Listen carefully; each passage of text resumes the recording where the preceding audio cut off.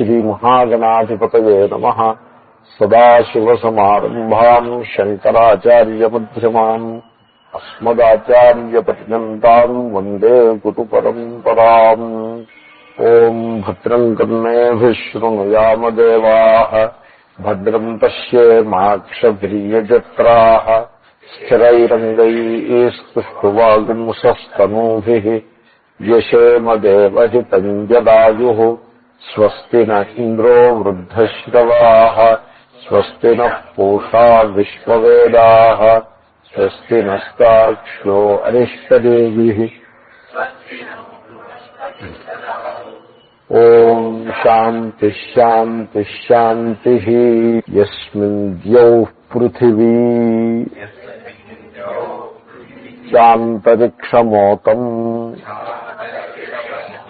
మనఃసః ప్రాణైశ్చ సర్వైః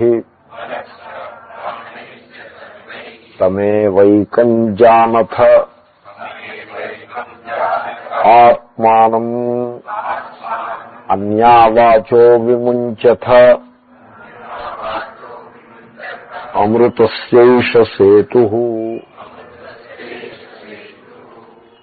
ఏషః ఆత్మా అమృతస్య సేతుః.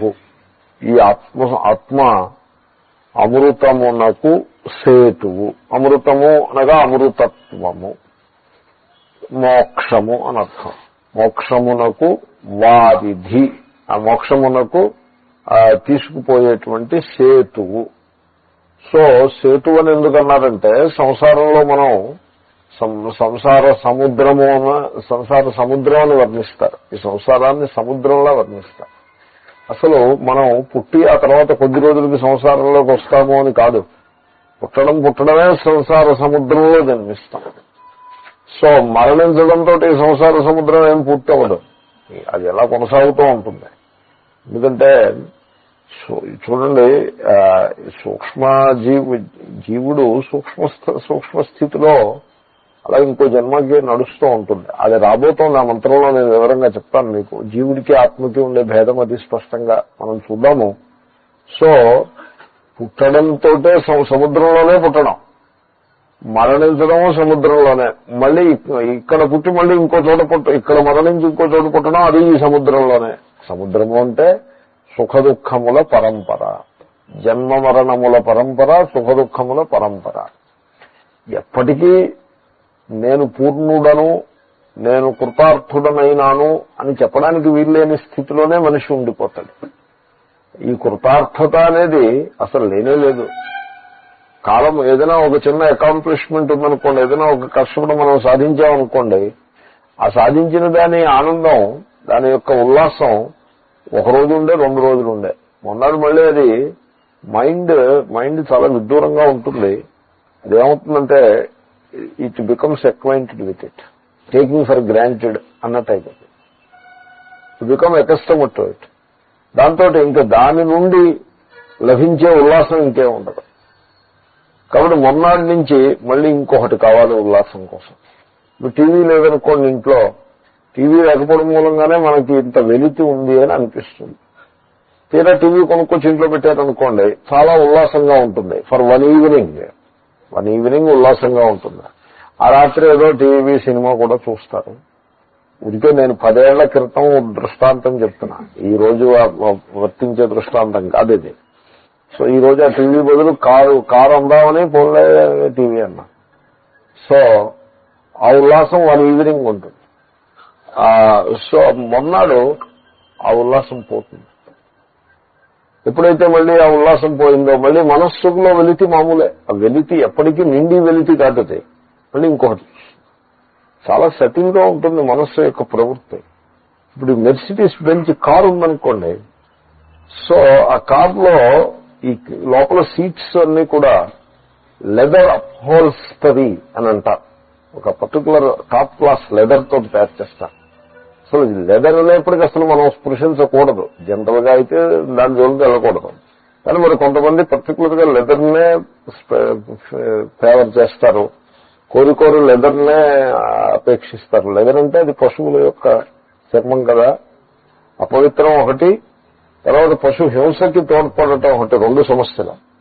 Anyway so ఈ leather it will have some special new leathery fragrance.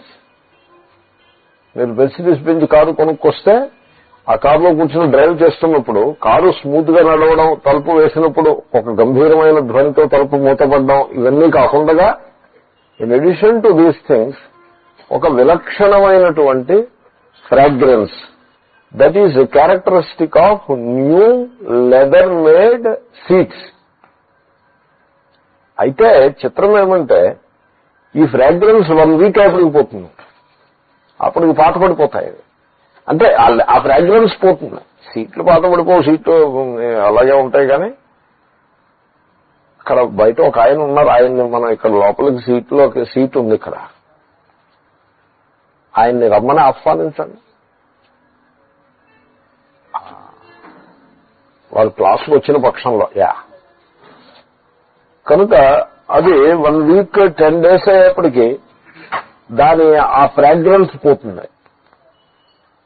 Fragrance పోతే వీడికి ఆ ఉల్లాసం కూడా పోతుంది. అందుకోసం ఈ మధ్యన ఏం చేస్తున్నారో తెలుసిన, they are the same Mercedes Benz people only, they are marketing 1 particular spray. ఆ స్ప్రే ఒకసారి చల్లినట్లయితే మళ్ళీ మీకు కొత్త లెదర్ రిలేటెడ్ ఫ్రాగ్రెన్స్ వస్తూ ఉంటుంది. కొత్త కారుకి వచ్చిన సుగంధం ఆ స్ప్రే. అంటే మనస్సు ఎంత వెలితితో నిండి ఉన్నదో ఆ వెలితిని నింపటానికి మానవుడు చేసే ప్రయత్నం ఎంత విడ్డూరంగా ఉంటుందో మీరు ఆలోచించండి. నేను చిన్నప్పుడు కొత్త పుస్తకాలు కొనుక్కున్న వెంటనే మొట్టమొదటి చేసిన పని ఏమిటంటే ఆ పుస్తకాన్ని ఓపెన్ చేసి వాసన చూసేవాళ్ళం. ఎందుకంటే ఆ కొత్త పుస్తకానికి ఒక విలక్షణమైనటువంటి పరిమళం ఉంటుంది. దాన్ని ఇదమిత్తంగా వర్ణించడం కష్టం, అదొక లక్షణం ఉంటుంది. అది మళ్ళీ 4 రోజులే అడిగిపోతుంది. అది పోతే దానికి ఒక స్ప్రే పట్టుకుని మళ్ళీ వాసన చూసుకునే స్థితికి వీడు చేరుకున్నాడంటే అది అవివేకం యొక్క పరాకాష్ఠ. కానీ మానవుడు అలాగే ఉంటాడు. People are like that. ఎందుకంటే లోపల అంతా వెలితి, లోపల ఏమీ లేదు, అంతా శూన్యమే, ఉన్నదంతా బయటే ఉంది. కాబట్టి ఎప్పటికీ ఏదో ఒకదాన్ని సంపాదిస్తూనే ఉండాలి. సో ఈ ప్రవృత్తి ఏదైతే ఉన్నదో ఇది నడిచినంతసేపు వాడు లౌకిక విషయాల వెంటబడ్డా, మతపరమైన విషయాలంటే స్వర్గం, మతం అంటే స్వర్గం, అంతకంటే ఇంకేం లేదు. స్వర్గం అనేప్పటికీ మన వాళ్ళు దాని మీద ఏవో కొంత ఊహలు, శాస్త్రంలో వేదాల్లో స్వర్గాన్ని గురించి ఆ ఊహలేం లేవు. వేదంలో స్వర్గం అనే మాట ఒకటి వినపడుతుంది, అగ్నిష్టోమైన స్వర్గకామో యజేత. ఆ స్వర్గ శబ్దానికి నిర్వచనం చూస్తున్నట్లయితే మీమాంసా శాస్త్రంలో ఇచ్చిన నిర్వచనం చూస్తే ఆశ్చర్యం కలుగుతుంది. వాళ్ళు ఎలా ఆ నిర్వచనం హెవెన్ విత్ ఇన్ అన్నట్టుగా ఉంటుంది ఆ నిర్వచనం. కానీ ఈ కవులు ఉన్నారు చూసారా, ఈ కవులు ఏం చేస్తారంటే వాళ్ళకున్న ఊహాశక్తినంతనే దాంట్లో ప్రవేశపెడతారు. కవి నిరంకుశమైన వాడు కవి, తనకు తోచినట్టుగా రాస్తాడు. ఈ శ్రీనాథుడు, పెద్దన్న గారు వీళ్ళందరూ కలిసి ఎక్కడా నాకు స్వర్గంలో ఊర్వశి ఉంటుంది, రంభు ఉంటుంది, వాళ్ళేమో డాన్స్ గానా బజానా ఉంటుందని నాకు ఎక్కడా సంస్కృత సాహిత్యంలో కనపడతారు, వేదాల్లో ఎక్కడా కనపడదు. ఏదో స్వర్గం గురించి ఏవో 2-3 మంచి మాటలు లేకపోలేదు, కానీ ఇంత డీటెయిల్స్ ఏం కనపడవు. ఈ డీటెయిల్స్ అన్ని ఈ తెలుగు సాహిత్యంలో ఉన్నాయేమో అని నేను అనుకుంటున్నాను. సో ఈ విధంగా అలా కల్పించుకుంటూ వెళ్ళిపోవడం, కల్పించుకుంటూ వెళ్ళిపోయి ఆ కల్పనలోనే కాలక్షేపం చేసేస్తాం. సో అక్కడికి వెళ్తే అప్పుడు మనకి వెలితి తీరుతుంది అని వీడి అభిప్రాయం. సో స్వర్గానికి సేతువు కడతానంటాడు వీడు. స్వర్గానికి నిచ్చెన వేసేటంటారు చూడండి, స్వర్గానికి సేతువు, నిచ్చెన అంటే సేతువే. ఇప్పుడు స్వర్గానికి సేతువు కట్టాలి. స్వర్గానికి సేతువు కట్టాలంటే ఏం చేయాలి? ఏదో ఒక కర్మని చేయాలి. ఈ సేతువు ఒకవేళ నువ్వు చెప్పిన శాస్త్రంలో చెప్పిన విధంగా ఆ కర్మని చేస్తే ఆ స్వర్గం లభించింది అనుకోండి, అది 3 నాళ్ల ముచ్చట. అలా కొద్ది క్షీణే పుణ్యే మర్త్యలోకం విశంతి. టైము అలా మహావేగంగా వెళ్ళిపోతూ ఉంటుంది. సో మనం సాధించినటువంటి లౌకికములైన విషయాలు, భోగాలు ఏవైతే ఉంటాయో అలా చూస్తుండగానే చేజారిపోయి మనలో ఆ వెలితిని మళ్లీ ముందుకి బలంగా తీసుకొచ్చి పెడతాయి. కాబట్టి ఇది ఎండ్లెస్ జర్నీ. ఈ దీన్నే సంసారం అని అంటారు. తనలో లోటుని భావన చేస్తూ ఆ లోటుని బయట నుంచి తీసుకొచ్చిన భోగ్య పదార్థములతోటి నింపే ప్రయత్నం చేయుట, దీనికి సంసారం అని పేరు. ఇది ఎప్పటికీ ఎండ్ అయ్యేది కాదు, it will never end. So కాబట్టి ఈ రకంగా నీవు ఆ పూర్ణత్వాన్ని, అమృతత్వాన్ని, మోక్షాన్ని నీవు పొందలేవు. ఎందుకంటే నీవు బాహ్యమునందు లభించే ఆనందం కోసం, బాహ్యమునందు ఆనందం ఉన్నదనే భావనతో బాహ్యమునందు వెదుకులాడుతున్నంతసేపు నీకు ఆత్మస్వరూపంగా ఉండే ఆనందము నుండి నీవు వంచితుడు అయిపోతావు. సో వీధుల్లో దీనికి మన దృష్టాంతం చెప్తారు. ఇంటికి వచ్చి స్నానం చేసి ఏదో చారు మజ్జిగాన్నం తిని విశ్రాంతిగా ఉండడం అది చేతగాని వాడు వీధుల్లో టిఫిన్లో అవి తినడం మరిగేటంటే, వీధుల్లో తిండికి మరిగేటంటే ఇంట్లో తిండి వాడికి సహించదు. అలాగని దృష్టాంతం చెప్తారు. సో ఆ విధంగా వీడు బాహ్య పదార్థముల యందు భోగము ఉన్నది అనేటువంటి భ్రాంతిలో పడిపోయాడంటే వీడికి తన హృదయంలో ఏం ఉండదు, అంతా లొస్సుగా ఏమీ లేదు, అక్కడ వెలితి తప్ప ఇంకేం లేదు అనే నిర్ణయంలో ఉండిపోతాడు. దాంతో he'll be looking for company. ఈ క్లబ్బులు ఇవన్నీ కూడా అందుకోసమే వచ్చాయి, ఏదో ఒక కంపెనీ కోసం చూస్తూ ఉంటాడు. సో జన సంసద్ అని అంటారు. 10 మందితో కలిసి ఉండాలి, వాడికి నచ్చిన వాళ్ళతో 10 మందితో కలిసి ఉండాలి. ఏకాంతంలో ఉండటం వాడి వల్లవదు. సో అంచేతనే even ladies also have clubs. Clubs అంటే they may not have a board and all that, but with in the community some social grouping and some gossiping etcetera కోసం. ఎందుకంటే ఏకాంతంలో ఉండడము అది ఏకాంతంలో they cannot handle that situation. ఏకాంతము అనేది ఇది బోరు కొట్టేసిందనో ఒంటరితనం అని అనేసిస్తారు, ఒంటరితనము. So this is something one has to overcome. అమృతస్యేష సేతు, నీ ఆత్మస్వరూపము వాస్తవంగా స్వర్గానికి నిచ్చెననేది ఒకటి ఉంటే అది నీ యొక్క ఆత్మస్వరూపమే. నీ గురించి నీవు చాలా పొరబడ్డావు. కాబట్టి ఏం చేయాలి? సో అరతిర్ జనసంసది వివిక్త దేశ సేవిత్వం అని శ్రీకృష్ణుడు చెప్తాడు 13వ అధ్యాయంలో. So don't crave for company కావాలని చెప్పేసి ఆ రకమైనటువంటి అలవాటు ఉండకూడదు. అది మంచిది కాదు. Leave it. ఉన్న కంపెనీ ఏదో ఉంటుంది అంటే దాని అర్థం ఎవరైనా వస్తుంటే పారిపోమని కాదు. కానీ సాధనలో మార్గంగా ఏకాంతాన్ని కోరుకోవడం కూడా తప్పేం లేదు. సో ఏకాంతంగా ఉంటూ అంటే భార్యాభర్త కలిసి ఉంటూ చక్కగా ఆ ధ్యానం అది చేసుకుంటూ సంసారానికి విముఖంగా ఉంటూ ఆ శ్రవణాది చేస్తూ ఆ రకంగా గడిపిస్తే సరిపడుతుంది. ఎందుకంటే అలా గడిపినట్లయితే మీకు ఆత్మరూపంగా ఉండే పూర్ణత్వాన్ని దర్శించేటువంటి ఒక ఛాన్స్ లభిస్తుంది. సో ఆ door to the innermost reality దాన్ని మీరు తెరుచుకుంటుంది, తనంతట తాను తెరుచుకోవాలి. That happens. సో అమృతస్యేష సేతు, ఈ విషయాన్నే మరొక శృతి కూడా చెప్పింది అంటున్నారు ఆయన. తథాచ శృత్యంతరం తమేవ విదిత్వా అతిమృత్యుమేతి నాన్యః పంథా విద్యతే యనాయ ఇది. ఇదే విషయాన్ని అమృతశేష సేతు అని ఇక్కడ చెప్పిన విషయాన్నే మరొక శృతి కూడా యజుర్వేదంలో ఏమని చెప్పారంటే తమేవ విదిత్వా మృత్యుం అత్యేతి. అతి మృత్యుమేతి అంటే మృత్యుం అత్యేతి, అతి ఏతి కలిపితే అత్యేతి. మృత్యువును దాటివేయుట, మృత్యువుకు అతీతంగా ఎదుగుట. మృత్యువు అంటే కాలమునకు లోబడి ఉండుట అని అర్థం. దానికి మృత్యువు అని పేరు. మృత్యువు అంటే అదేదో ఒక భయంకరంగా ఊహించుకోకూడదు. మృత్యు అనగానే ఒక ఊహలో వెళ్ళిపోతాం మనం. దాంతో అది ఒక భయానక దృశ్యంగా కనపడుతుంది. మృత్యు అంటే ఏంటి? వాడేదో ఇలాగా మంచం మీద పడిపోయి ఏదో కష్టపడిపోతూ ఉంటాడు, ఇంకా అందరూ చుట్టుపక్కల చేరేసి ఏడి చేస్తూ ఉంటారు. ఈ లోపల ప్రాణం పోతుంది, లేదా ధర్మరాజు వస్తాడు అలాగే వేస్తాడు, ఆ పాశం వేస్తాడు, ఆ పాశం వేసేసి లాగేస్తాడు, ఆ కింకర్లు వచ్చేసి పట్టుకుపోతారు. ఇలాగ దాన్ని అలా భయంకరంగా ఊహించుకోవడం, అది ఈ కథల వల్ల వచ్చిన ఊహలు. ఇంకపోతే లౌకికంగా చూసినట్లయితే అపోలో హాస్పిటల్లోనే ఎక్కడ రోజుకి 50,000 రూపాయలు 10,000 రూపాయలు బిల్లులు వేసేస్తూ ఉంటారు.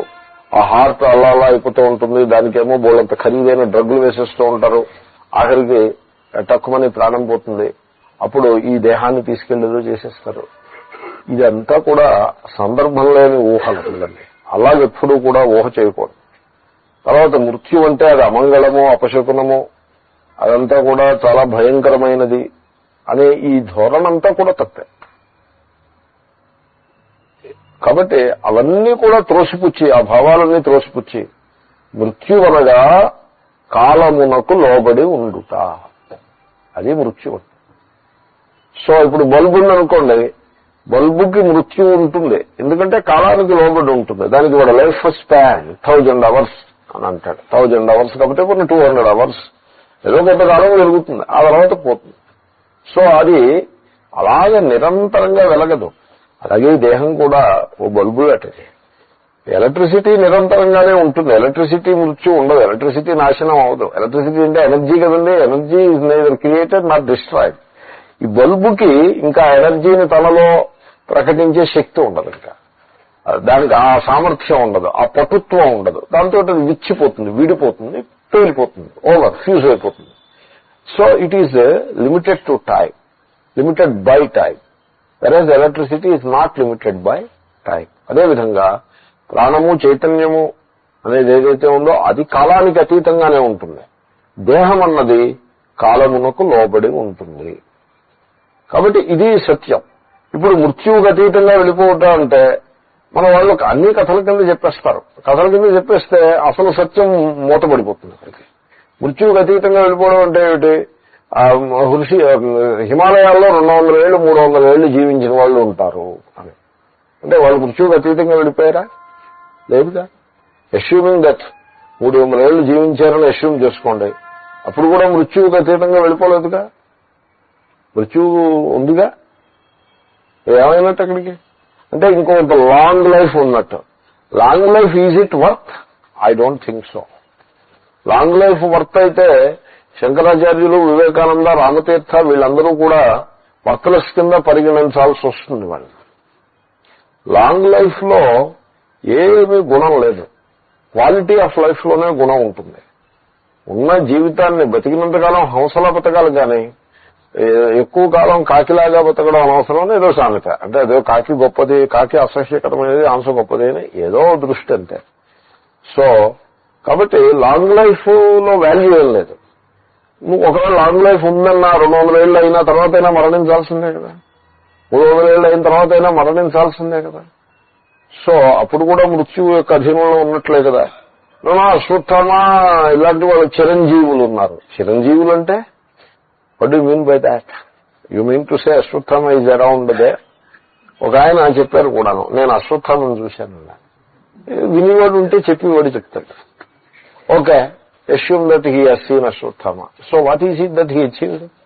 Ashwatthama నేను చూశానంటే what is it that he achieved? So what Ashwatthama has achieved? Ashwatthama యొక్క జీవితం చూస్తే అతగాడు చిరంజీవి అనే ఎక్కడి నుంచి పట్టుకొచ్చారు ఆ చిరంజీవితో అన్నది నాకు సందేహమే. భాగవతంలో అశ్వత్థామని చాలా అయోగ్యుడిగా చిత్రిస్తారు కానీ ఒక అద్భుతమైన క్యారెక్టర్గా చిత్రించారు. ఇప్పుడు అతగాడు చిరంజీవి అనుకోండి, ఇప్పుడు కూడా రిగ్రెట్ అవుతూ ఉంటాడు, నేను పిచ్చి పనులన్నీ చేశాను.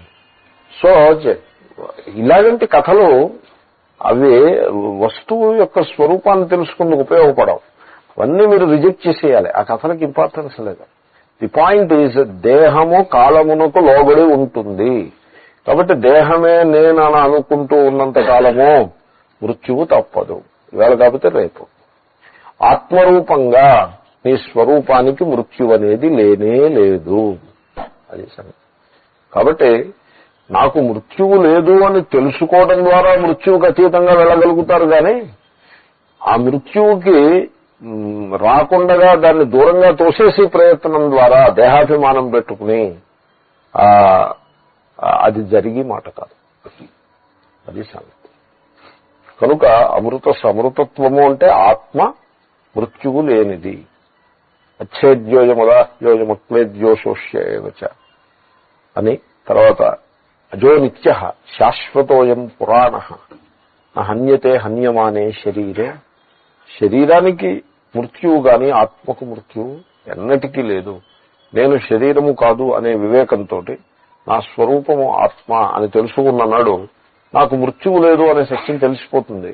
అంటే ఆ విధంగా వాడు మృత్యువుకు అతీతంగా వెళ్తాడు. కానీ కాబట్టి తమేవ విదిత్వా మృత్యుం అత్యేతి, ఆత్మస్వరూపాన్ని తెలుసుకుని వాడు మృత్యువుకు అతీతంగా వెళ్తాడు. ఇప్పుడు ఒకడికి మృత్యు భయం లేదండి, వాడికి మృత్యు ఉందంటారా లేదంటారా? మృత్యు భయం లేని వాడికి మృత్యువు లేదండి. ఆత్మకు నాకు మృత్యువు, ఇప్పుడు ఒక చెట్టు మీద దెయ్యం ఉందని వివేకానంద స్వామి జీవిత చరిత్రలో రాస్తారు. ఓ చెట్టు మీద దెయ్యం ఉందని ఆ ఊళ్ళో ప్రసిద్ధి. మా చిన్నప్పుడు కూడా అలా ఉండేది. మా చిన్నప్పుడు నరేంద్రపురం అనే గ్రామంలో నేను జీవిస్తూ ఉండేవాడిని. ఆ గ్రామానికి చిగురున ఓ మామిడి చెట్టు ఒకటి ఉంది. ఆ చెట్టు కింద దెయ్యం, ఆ చెట్టు మీద దెయ్యం ఉంటుంది ఆ చెట్టు కింద అని ఒక కథ. గ్రామంలో ఆ కథ ప్రచలితంగా ఉండేది, పెద్దవాళ్లలో కూడా ఉండేది. సో ఆ చెట్టు దగ్గరికి వచ్చేగానే భయం వేసేది, నాకే భయం వేసేది. పొగలు భయం వేసేది కాదు, చీకటి పడితే భయం వేసేది. అంచేతనే ఊరిలోకి వచ్చేసేప్పుడు కొంచెం ఊరికి బయట నుంచి వచ్చే సందర్భంలో ఆ చెట్టు దాటేసేయాలి వెలుతురుండగా. అందుకోసమని టైము చీకటి పడిపోతుంది, దీపాలనే ఉండి ఒక పల్లెటూళ్ళు కదా అప్పట్లో. కాబట్టి ఆ వెలుతురుండగా బాగా చీకటి పడి లోపల ఆ చెట్టు దాటేసేయటం కోసమని పరుగులు పరుగులు పరుగుల మీద వచ్చి ఆ చెట్టు దాటేసి ఇంకా తర్వాత స్లోగా నడిచేవాడు. ఇది భయం. ఇప్పుడు వివేకానంద స్వామికి అటువంటి పరిస్థితి వస్తే ఆయన ఏం చేశాడు? ఆ దెయ్యం సంగతి ఏమిటో నేను తెలుసుకుని తీరాలి.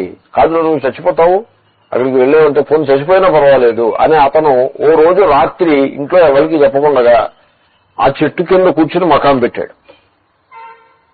తెల్లారేక ఈ పిల్లలు ఎవరికో తెలిసింది వివేకానంద స్వామి చెట్టు కింద కూర్చున్నాడు, ఆ దెయ్యాల చెట్టు కింద. ఊళ్ళో వాళ్ళందరూ వెళ్ళేప్పటికీ హాయిగా కూర్చున్నాడు. అప్పుడు వచ్చి వీళ్ళ తెల్లవారుజామున 5ంటికి వీళ్ళు వచ్చేప్పటికి హాయిగా కూర్చున్నాడు. వచ్చి దెయ్యం ఉందా అంటే దెయ్యం లేదు, ఏం లేదు. ఇంటికి వెళ్ళి పడుకోకుండా కాఫీ తాగాడు.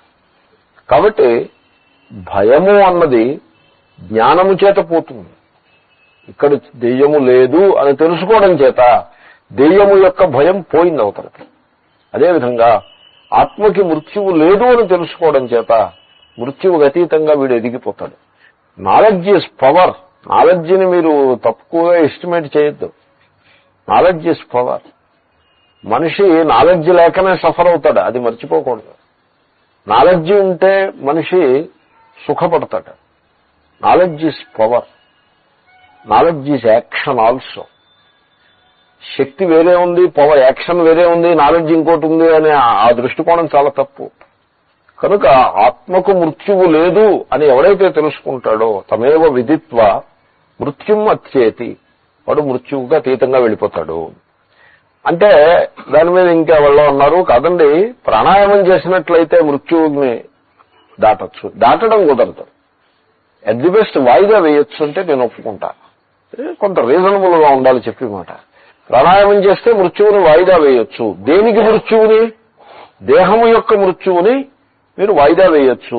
దానివల్ల మీరు సాధించింది ఏమీ లేదు, ఏమీ ఉపయోగం లేదు. కాబట్టి ప్రాణాయామం మనస్సు యొక్క చాంచల్యానికి తగ్గించడానికి చేస్తే శోభ, కానీ మృత్యువునికి వాయిదా వేయడం కోసం చేస్తే he is pursuing a wrong value and hence he will suffer. Wrong value pursue చేసి వాడు సఫర్ అయితే తీరుతాడు, క్వశ్చనే ఉంది ఇంకా. కనుక ఆ విధంగా మృత్యువుకి మీరు దాటాలని ప్రయత్నం చేస్తే ఇట్ ఈజ్ రాంగ్. స్వర్గానికి వెళ్లడం ద్వారా మృత్యువును నేను దాటుతాను అని కనుక ఎవడైనా ప్రయత్నం చేస్తే హీ విల్ బి డిసప్పాయింటెడ్. ఎందుకంటే he will die having gone to heaven, he will die there. క్షీణే పుణ్యే మర్త్యలోకం విశంతి. పుణ్యం ఖర్చయిపోగానే హీ విల్ డై దేర్, అక్కడ మరణించి ఇక్కడ పుడతాడు. కాబట్టి జన్మమరణ ప్రవాహం స్వర్గానికి వెళ్ళినా తప్పదు. సో ఒక ఉపాస్య దైవాన్ని, ఒక దైవాన్ని ఉపాసన చేసి, ఒక రూపాన్ని, దైవం అంటే దేవుడే కాదు, ఒక రూపాన్ని, ఒక దేవునికి అనేక రూపాలు ఉంటాయి, ఓ రూపాన్ని ఉపాసన చేసి ఆ ఉపాస్య దైవము యొక్క లోకాన్ని పొందినవాడు కూడా ఆ ఉపాస్య లోకం నుంచి వెనుకకు రాక తప్పదు. సో ఇంకా మృత్యువుకి దాటటానికి ఒకే ఒక ఉపాయము, మరో ఉపాయం లేదు. అది ఏ ఆత్మజ్ఞానము. నాణ్య పంథా విద్యతే అయనాయ మోక్షము కొరకు, అంటే మృత్యువు నుండి విముక్తి కొరకు, అన్యః పంథా మరి ఒక మార్గము, ప్రాణాయామాదులు కాని, యజ్ఞయాగాది కర్మలు గాని, లేక ఉపాసనలు గాని, ఇంకా ఉన్నవే, మరొక మార్గము ఏది కూడా లేదు. కాబట్టి మీ స్వరూపాన్ని మీరు తెలుసుకుని కృతార్థులు కండు అని ఆ వాక్యం యొక్క సందేశం. అరా ఇవ రథనాభౌ సంహతాయత్ర నాడ్యః స ఏషోంతశ్చరతే బహుధా జాయమానః ఓమిత్యేవం ధ్యాయథ ఆత్మానం స్వస్తివః పారాయ రమసః పరస్తాత్. చూడండి, ఇది చాలా చక్కటి ప్రతిపాదన, చాలా చక్కటి మంత్రం, చాలా విలక్షణమైన థీసిస్, ప్రతిపాదన. దేనిని అధ్యయనం చేసి తెలుసుకుంటే మానవుడు ఈ సంసార దుఃఖం నుంచి విముక్తిని పొందగలుగుతాడో వెంటనే అటువంటి థీసిస్, అటువంటి ప్రతిపాదన. ఇప్పుడు చూడండి, మన జీవితంలో, నిత్య జీవితంలో సుఖ దుఃఖాలన్నీ ఎలాగా ఉన్నాయి, ఒడిదుడుకులు అవన్నీ ఇప్పుడు ఉండేవే, అవన్నీ ఎలా ఉంచండి. అసలు ముందు నేను మనిషిని అనేవాడిని ఒకటి బతుకున్నాను అంటే, నేను మనిషి అంటే ఏమిటో తెలుసునా, he is a bundle of actions and thoughts. So ఏవో కొన్ని క్రియలు జరుగుతూ ఉంటాయి. నిద్ర లేచినప్పుడు జాగ్రత్త అవస్థలో కొన్ని అధిక క్రియలు జరుగుతాయి, స్వప్నావస్థలోనూ సుషుప్తి అవస్థలోనూ కూడా కొన్ని క్రియలు జరుగుతూ ఉంటాయి. మనం భోజనం చేసి నిద్రపోతాం, పచనం అనే క్రియ జరిగిపోతుంది కదండి. పచనం అనే క్రియకి ఏదైనా ఆటంకం వస్తే పొన్నాడు పొద్దున్న ఎంత దుఃఖం కలుగుతుంది. కాబట్టి ఏదో ఈశ్వరుని అనుగ్రహం వల్ల పచనం జరిగిపోతుంది. సో ఒకప్పుడు మనకు అక్కర్లేనివి కూడా జరిగిపోతూ ఉంటాయి. 4 రోజులు ఎవరికి గడ్డం మాసిపోతుంది. ఇది మనమేం కూర్చుని దాన్ని వృద్ధి చేసామా, ఏమీ అదే వృద్ధి పొందిందంటే. Who is doing this? కౌన్ కర్రా. సో మనకి తెలిసి తెలియక అనేక క్రియలు జరిగిపోతున్నాయి. ఇంకా థాట్స్, ఈ థాట్స్ కూడా మన యొక్క ప్రేరణ చేత పుట్టే థాట్స్ కొన్ని, మన ప్రేరణతో సంబంధం లేకుండా నడిచే థాట్స్ కొన్ని. ఇప్పుడు మనిషికి వ్యక్తి అంటే, వ్యక్తి యొక్క సారం ఏమిటంటారు? ఈ యాక్షన్స్, ఈ థాట్స్. అవునండి. ఇప్పుడు ఈ యాక్షన్స్ అన్ని, ఈ అహం అనేటువంటి ఈగో ఒకటి ఉంది, అదే నేను వీడు అనుకుంటూ ఉంటాడు. ఈగో అంటే దేహాభిమానాన్ని బట్టి వచ్చినటువంటి అహంకారము. ఈ అహంకారము యొక్క మహిమ వల్ల ఈ యాక్షన్స్ అన్ని జరుగుతున్నాయి అని చెప్తే అది పొరపాటు. ఎందుకంటే నిద్రలో అహంకారం లేదు, తెలివిగా ఉన్నప్పుడు కూడా అహంకారము ఏవో కొన్నింటికి అది పూచి వహిస్తుంది, కానీ కొన్నింటికి దాని పూచి ఉన్నట్లుగా అనిపిస్తోంది, కానీ అన్నిటికీ దాని పూచి ఉన్నట్టు అనిపించట్లేదు. ఉదాహరణకి గాలిని మీరు పరిశీలించండి అని నేను ప్రాణాయామం చెప్పినప్పుడు దాకా అసలు మీకు గాలి అనేది ఒకటి పీల్చడం ఉందని కూడా మీకు తెలియకుండా అయిపోతూ ఉంటుంది. కాబట్టి అహంకారం వల్లే గాలి పీల్చి విడిచిపెట్టాలంటే ఇంకా మనం ఏ పని చేయడం కుదరదు. ఇంకా అదే గాలి పీలుస్తూ విడుస్తూ ఉండడమే ఉంటుంది. ఎందుకంటే అహంకారం దానికి ఫిక్స్ అయిపోయి ఉంటుంది. ఫార్చునేట్లీ అలాగే లేదు. కాబట్టి ఈ క్రియలన్నింటికీ మూలంలో అహంకారం ఉంది అని చెప్పడానికి కూడా వీల్లేదు. తర్వాత ఈ థాట్స్ అన్నిటికీ మూలంలో అహంకారం ఉంది అని చెప్పడానికి వీల్లేదు. ఎందుకో తెలుసునండి, థాట్స్ కి మూలంలో అహంకారం ఉంటే ఎవరికి దుఃఖం కలగదు. దుఃఖం ఎందుకు కలుగుతుంది? ఇప్పుడు దుఃఖం మీకు కలిగిందనుకోండి, దుఃఖం ఎందుకు కలిగింది? కొన్ని ఆలోచనల వల్లనే దుఃఖం, సంకల్పాన్ని బట్టి దుఃఖం వస్తుంది. ఎవడో గుర్తుకొస్తే దుఃఖం కలిగింది. మీరు దుఃఖాన్ని ఇష్టపడతారా? ఇష్టపడరు. ఇప్పుడు ఆ సంకల్పం అన్నది అహంకారము యొక్క పూచి వల్ల వచ్చే పక్షంలో దుఃఖాన్ని ఇచ్చే సంకల్పాన్ని ఎందుకు తీసుకొస్తుంది అహంకారం? దుఃఖాన్ని ఇచ్చే సంకల్పాలన్నింటినీ దూరంగా పెట్టేసి సుఖాన్ని ఇచ్చే సంకల్పాలనే తెచ్చుకుంటుంది. కానీ చిత్రం ఏంటంటే అహంకారం చేతిలో లేదు. అది అహంకారము, అది సంకల్పాలు వచ్చిన తర్వాత అది ఓహో ఇలాంటి సంకల్పం సుఖ దుఃఖాలను అనుభవించడమే అహంకారానికి ఉంది. కానీ సంకల్పాన్ని ఈ విధంగా ఉండాలి అని నిర్దేశించే సామర్థ్యం అహంకారానికి లేదు. కాబట్టి అప్పుడప్పుడు ఈ అహంకారం లేకుండా పోతోంది కూడా. ఇది కూడా పుట్టి గిట్టుతోంది, నిద్రలో లేదు. తెలివిగా ఉన్నప్పుడు కూడా ఒకప్పుడు ఉంటుంది, మరోప్పుడు ఉండట్లేదు. There are gaps of self consciousness. అహంకారం అంటే సెల్ఫ్ కాన్షియస్నెస్, దాంట్లో గ్యాప్స్ ఉన్నాయి. కాబట్టి ఇప్పుడు ప్రశ్న ఏమిటంటే, ఈ వ్యవస్థంతా, ఈ క్రియలు, ఈ విజ్ఞానము, దీనికి అంతటికీ మూలము ఎక్కడ ఉన్నది? That is the question. Got the point?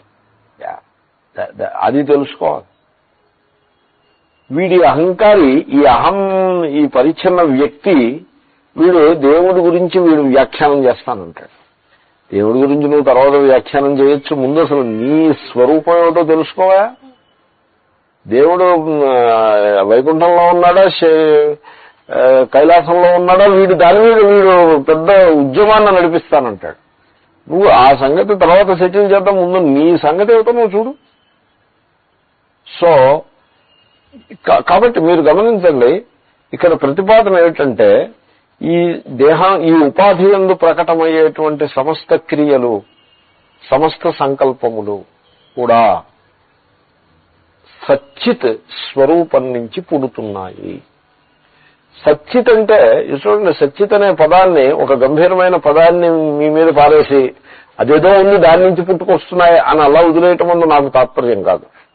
సచ్చిత్ అంటే సచ్చిత్ అంటే స్వయం ప్రకాశమైన ఉనికి, తనంత తానుగా తెలుస్తూ ఉండే ఉనికి.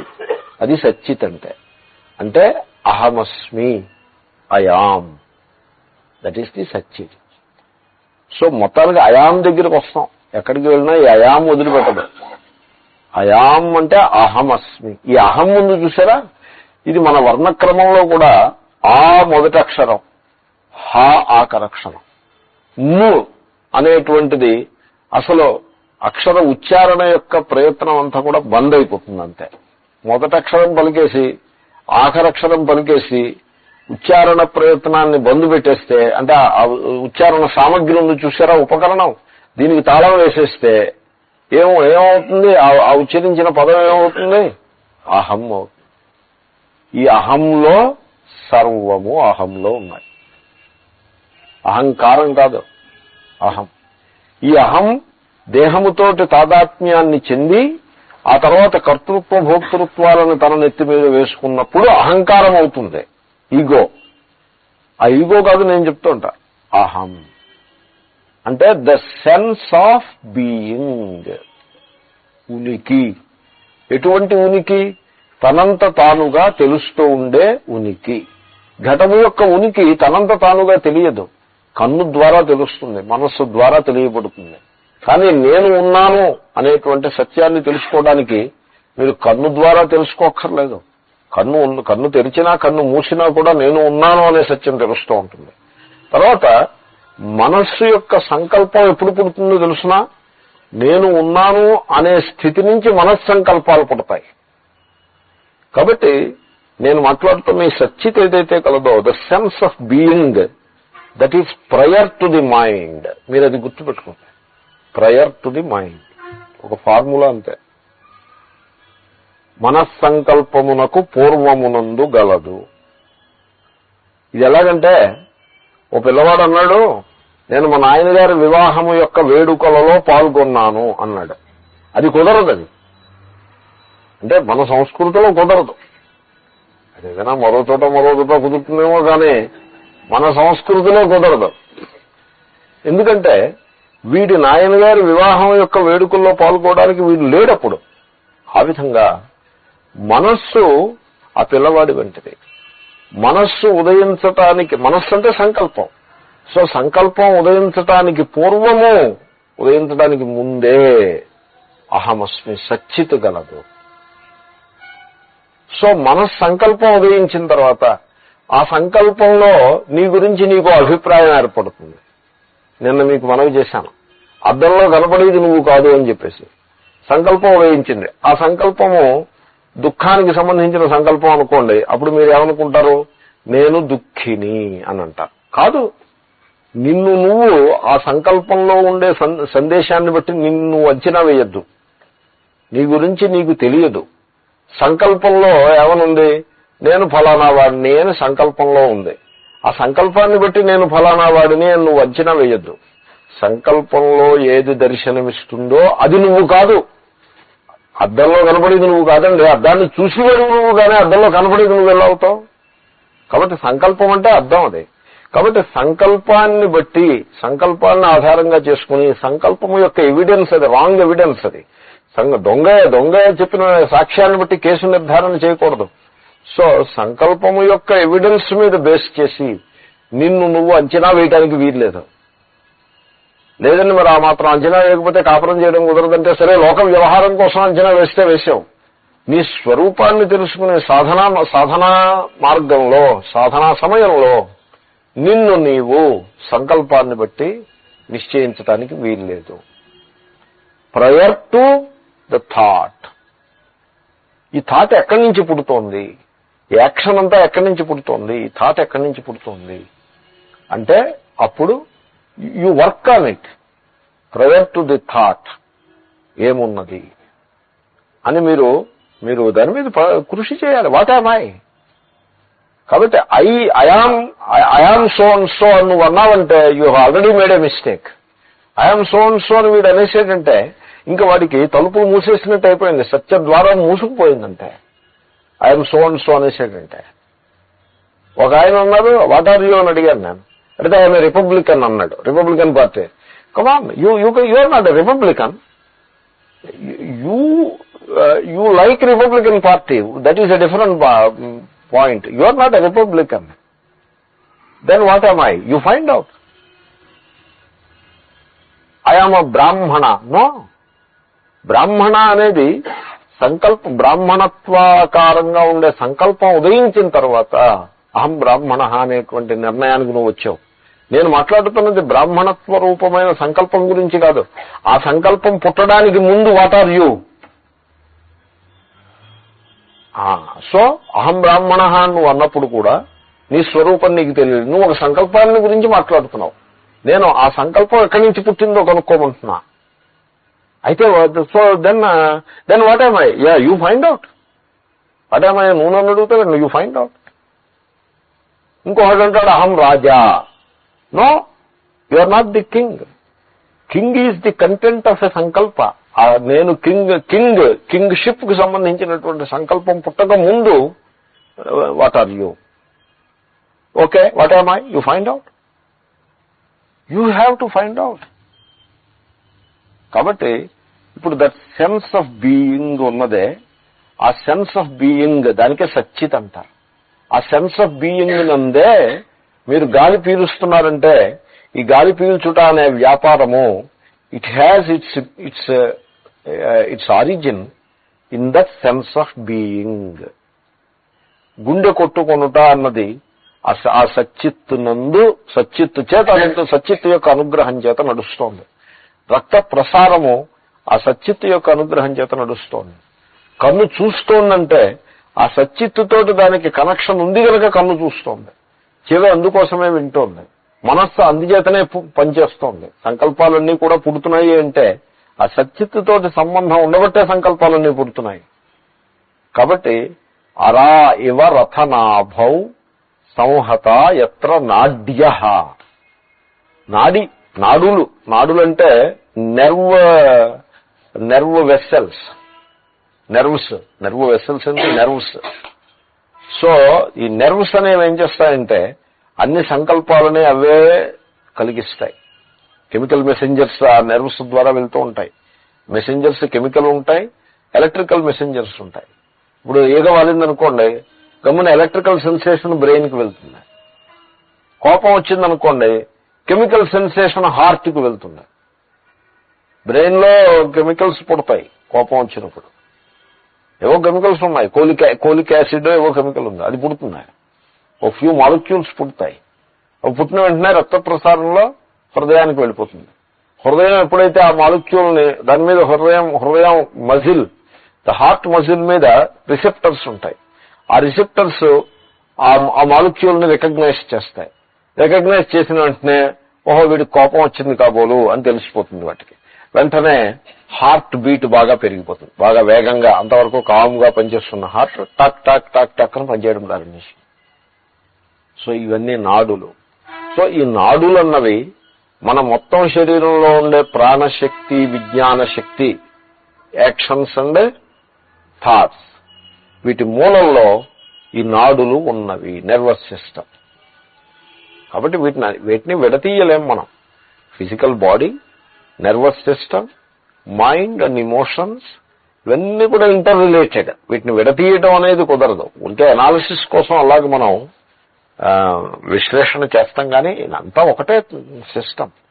సో ఈ నాడులన్నీ కూడా, ఈ నాడులు అంటే నాడీ వ్యాపారములు, ఆ నాడుల ద్వారా జరిగేటువంటి ఫంక్షన్స్ అన్నీ కూడా ఎక్కడ సమర్పితములై ఉన్నాయి. అర్పితమై ఉండుట అంటే మీకు మనవి చేశాను, దాని యందు ఉనికిని కలిగి ఉండి దాని చేత ప్రవర్తింపజేయబడుట. ఇప్పుడు నేమంటే రిమ్ము దాని ప్లేస్ లో ఉందంటే కారణం ఏమిటి? హబ్బుకి స్పోక్స్ ద్వారా ఫిక్స్ అయి ఉంది కనుకనే దాని పొజిషన్ లో అది ఉంది, లేకపోతే పక్కకి వెళ్ళిపోతుంది. తర్వాత నెంబర్ 1, కాబట్టి ఉనికిని నిర్ధారించేది ఈ సమర్పణ, గుర్చబడి ఉండడం చేతనే దాని ఉనికి నిర్ధారితమైనది. నెంబర్ 1. నెంబర్ 2, నేమి గిరగిర తిరుగుతుంది. నేమంటే రిమ్ గిరగిర తిరిగి ముందుకు వెళ్తుంది. అది తిరుగుతోంది అంటే దాన్ని తిరిగి ఇట్లా చేసింది హబ్బు తిరుగుతుంది. హబ్బు తిరిగితే ఇదేందుకు తిరుగుతుంది? బికాస్ ఇట్ ఈజ్ సమర్పితం. ఆ హబ్బులోకి సమర్పించబడి ఉన్నది. సమర్పించడం అంటే గుర్చబడి ఉన్నది అని. It is inserted into the hub. అది సమర్పించడం. ఇక్కడ సమర్పించడం అంటే అర్పితం, సమ్యక్ అర్పితం. అదేవిధంగా ఈ నాడులన్నీ కూడా ఆ సచ్చిత్ నందు సెన్స్ ఆఫ్ బీయింగ్, అయాం, అహమస్మి, సంకల్పములన్నీ దేని నుంచి పుడుతున్నాయో అదిగో దాని యందు సమర్పితమై ఉన్నాయి. Sense of being. అంచేతనే మీరు ఇమోషనల్ గా, నెర్వస్ గా, ఫెటిగ్ లో ఉన్నారనుకోండి, అంటే తీవ్రమైన భావావేగము, తీవ్రమైనటువంటి నాడీల యొక్క డిస్టర్బెన్స్ అధికంగా ఉండి మనిషి చాలా ట్రబుల్లో ఉన్నాడు అనుకోండి, అప్పుడు వాడు ఏం చేయాల్సి ఉంటుందంటే ఈ ఆలోచనలన్నీ పక్కన పెట్టి వచ్చి మహాత్ముల దగ్గర కూర్చుని ఒక చిన్న ప్రాణాయామమో ఏదో చేసినట్లయితే, లేకపోతే ధ్యానం చేసినట్లయితే, he gets connected with that sense of being. ఆ సచ్చిత్తు తోటి కనెక్షన్ ఏర్పాటు కనెక్షన్ ఉంది, వీడు రికగ్నైజ్ చేయాలి. ఆ కనెక్షన్ ఎలాగూ ఉంది, వీడు రికగ్నైజ్ చేయాలంటే ఆ రికగ్నిషన్ వస్తుంది. రికగ్నిషన్ రావడం అంటే you're establishing a connectedness with that sense of being. And ఆ సెన్స్ ఆఫ్ బీయింగ్ అది అమృత స్థానం, అది అమృత నిధానం, source of life. It is చైతన్యం. అది చైతన్యం నుంచి ప్రాణము పుడుతుంది, విజ్ఞానం పుడుతుంది. సో అది that is the source of the whole universe. Entire life and universe has its origin in that source. కాబట్టి మీరు you are sitting on the infinite source of happiness మీ హృదయంలో. దాని మీద కూర్చుని ఉన్నారు. Only thing is you have to recognize it. కాబట్టి ఆ సెన్స్ ఆఫ్ బీయింగ్ లో మీరు ఎస్టాబ్లిష్ అయినట్లయితే మీకు మనస్సుకు ఉన్నటువంటి డిప్రెషన్ అంతా పోతుంది. ఇంద్రియాలకు ఉన్నటువంటి అలసట, ఫెటీగ్ అంటారు, అది పోతుంది. You'll become very fresh. So అరాహ ఇవ రథనాభౌ సంహత ఎత్ర నాడ్య.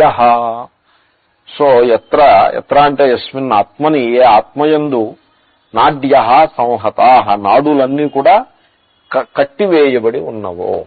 ఎలాగా? అరాహ రథనాభౌ ఇవ. అరాహ అంటే ఆకులు అని అంటారు తెలుగులో. చక్రానికి ఉండే ఆకులు రథము యొక్క తూమునందు, రథ నాభి యందు ఇవన్నీ కూడా సమర్పితములై ఉంటాయి. నాభి సెంట్రల్ పాయింట్ గా ఉంటుంది. అలాగే హృదయ స్థానంలో సచ్చిదాత్మ, ఆయాం అనేటువంటి ఆ మౌలికమైన thought, the most fundamental thought is I am thought. మిగతా థాట్స్ అన్నీ అయాం థాట్ తర్వాతే వస్తాయి. అన్ని థాట్స్ కి మూలంలో అయాం థాట్ ఉంటుంది. సో ఆ అయాం థాట్ ఎక్కడి నుంచి పుడుతోందో ఆ హృదయ స్థానము, దట్ ఈస్ ది ఆత్మ, సచ్చిదాత్మ. అది హృదయస్థానం అని చెప్పాం కాబట్టి పిసరంత ఉంటుంది అనుకోద్దు. అది ఇది ఎలా ఉంటుందంటే ఘటంలో ఉండే ఆకాశము పిసరంత ఉంటుందన్నట్లుగా భ్రమ కలుగుతుంది. ఘటంలో ఉన్న ఆకాశం పిసరంత ఉండదు. ఘటంలో ఉన్న ఆకాశానికి మహాకాశానికి తేడా ఉన్నట్టు మీకు అనిపించింది ఘటాన్ని చూస్తున్నారు గనక, ఆకాశం కనబడదు గనక. సూక్ష్మంగా చూస్తే గానీ ఆకాశం యొక్క స్వరూపం తెలియదు. ఘటం స్థూల దృష్టికి కనబడుతూ ఉంటుంది. కాబట్టి ఘటంలో ఉన్న ఆకాశము చిన్న ఆకాశము అనే ఒక భ్రాంతిలో మనం జీవించేస్తూ ఉంటాం. అసలు ఆకాశంలో విభాగాలే లేవు, ముక్కలే లేవు, దాంట్లో పార్ట్స్ అవయవాలు లేవు. అటువంటిది ఇంక చిన్న ఏమిటి పెద్ద ఏమిటి, అది సర్వవ్యాపకంగా ఉంది, లోపల ఉంది బయట ఉంది, in and through the part ఉంది. కాబట్టి చిన్నని మీరు ఎలా అంటారు? లోపల మాత్రమే ఉంది, చుట్టూ లేకపోతే చిన్న అనాల్సి ఉంది. లోపల ఉంది బయట ఉంది, ఇన్ బిట్వీన్ కూడా ఉంటే ఇది చిన్నని ఎలా అంటారు? ఈ అంతఃకరణము ఇది ఆర్గానిజం గనక తక్కువని ఆ సర్వవ్యాపకమైనటువంటి ఆ సచ్చిత్తుని బీయింగ్ ఎక్కడ ఉందో ఎక్కడ లేదో మీరు చెప్పండి. బీయింగ్ ఎక్కడ లేదు, సర్వము బీయింగ్ నందే ఉంటే బీయింగ్ ఇక్కడ ఉంది ఇక్కడ లేదనే ప్రసక్తే లేదు. కాబట్టి ఆ సచ్చిత్తుని ఈ హృదయ స్థానం క్యాప్చర్ చేసింది గనక ఇక్కడ మీరు రిలేట్ చేయగలుగుతారు గనక హృదయ స్థానానికి మెన్షన్ చేసింది తప్పిస్తే టు స్టార్ట్ విత్ అక్కడతోటి అది పరిచ్ఛిన్నమై అంతే ఉంటుందని అభిప్రాయం కాదు. ఏదో ఒక స్టార్టింగ్ పాయింట్ ఉండాలి కనుక హృదయస్థానము అని అన్నారు. ఆ హృదయస్థానమునందు మీ చేత దర్శింపబడేటువంటి ఏ సచ్చిత్ కలదో అది ఏ సర్వ జగత్తుకు నిధానం, అది దేశకాలములకు అతీతమైనది.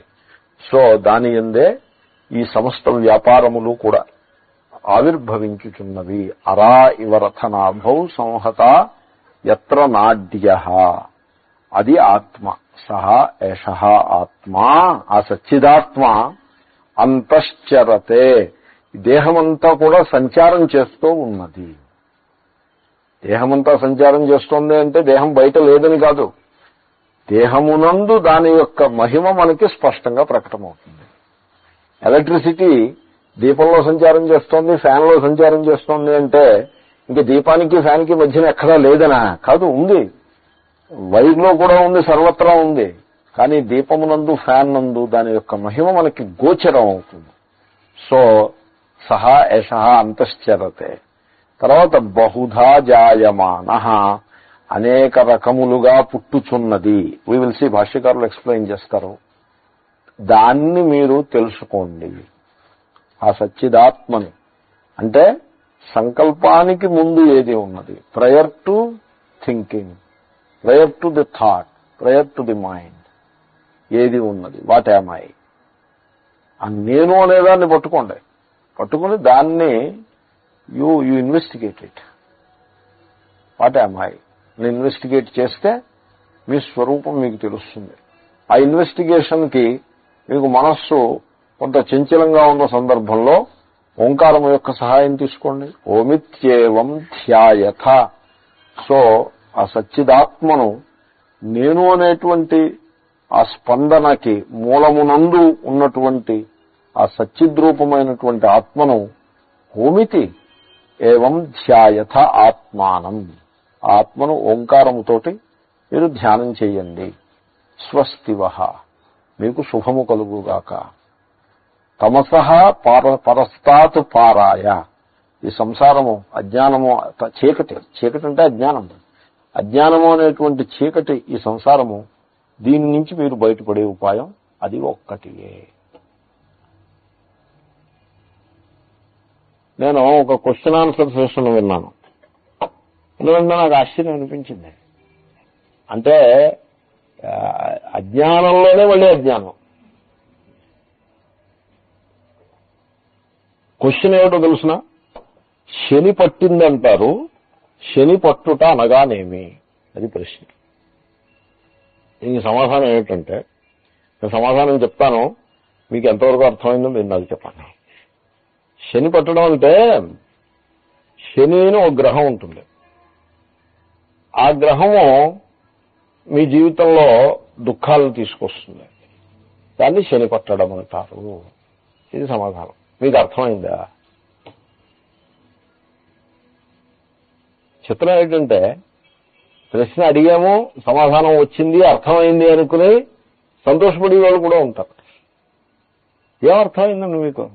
ఇప్పుడు శని పట్టడం అంటే అదే శని పట్టడం. అది ఆ సమాధానం ఉంది, దాని శని పట్టడం. అదేమిటో చెప్పలేదు ఇంకా.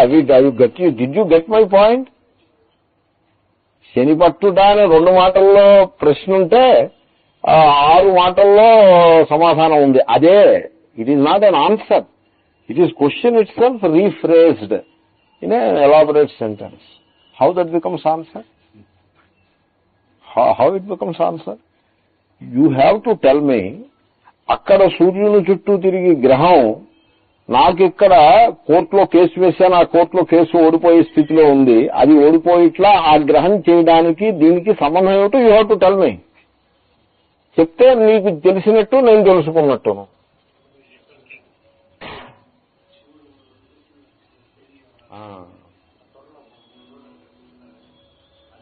అదే శని కొట్టడం అంటే ఆ ప్రశ్నకి సమాధానం లేదంటే. ఆ ప్రశ్నకి సమాధానం రాలేదు. ఎందుకు రాలేదు తెలుసునండి. ఇంకా ఏమండో అజ్ఞానంలోనే అజ్ఞానం. దాంట్లో జ్ఞానం అనే అంశం, ప్రశ్నలోనూ జ్ఞానం లేదు, సమాధానంలోనూ జ్ఞానం లేదు. కాబట్టి ఈ రకమైనటువంటి పిచ్చిలో మీరు పడి కొట్టుమిట్లాడవద్దు. అంటే మీరు ఏదో జాతకాలు చూసుకుంటే చూసుకోండి, నేనేం వద్దని, నేను జాతకాలకు విరుద్ధంగా ఏదో ఒక క్యాంపైన్ ఒకటి టేకప్ చేశానని మీరు అనుకోద్దు. ఏదైనా some kind of what you call some kind of connection ఉంటే ఉండొచ్చు. ఇప్పుడు ఆంధ్రప్రదేశ్ లో రాబోయే ఎలక్షన్స్ లో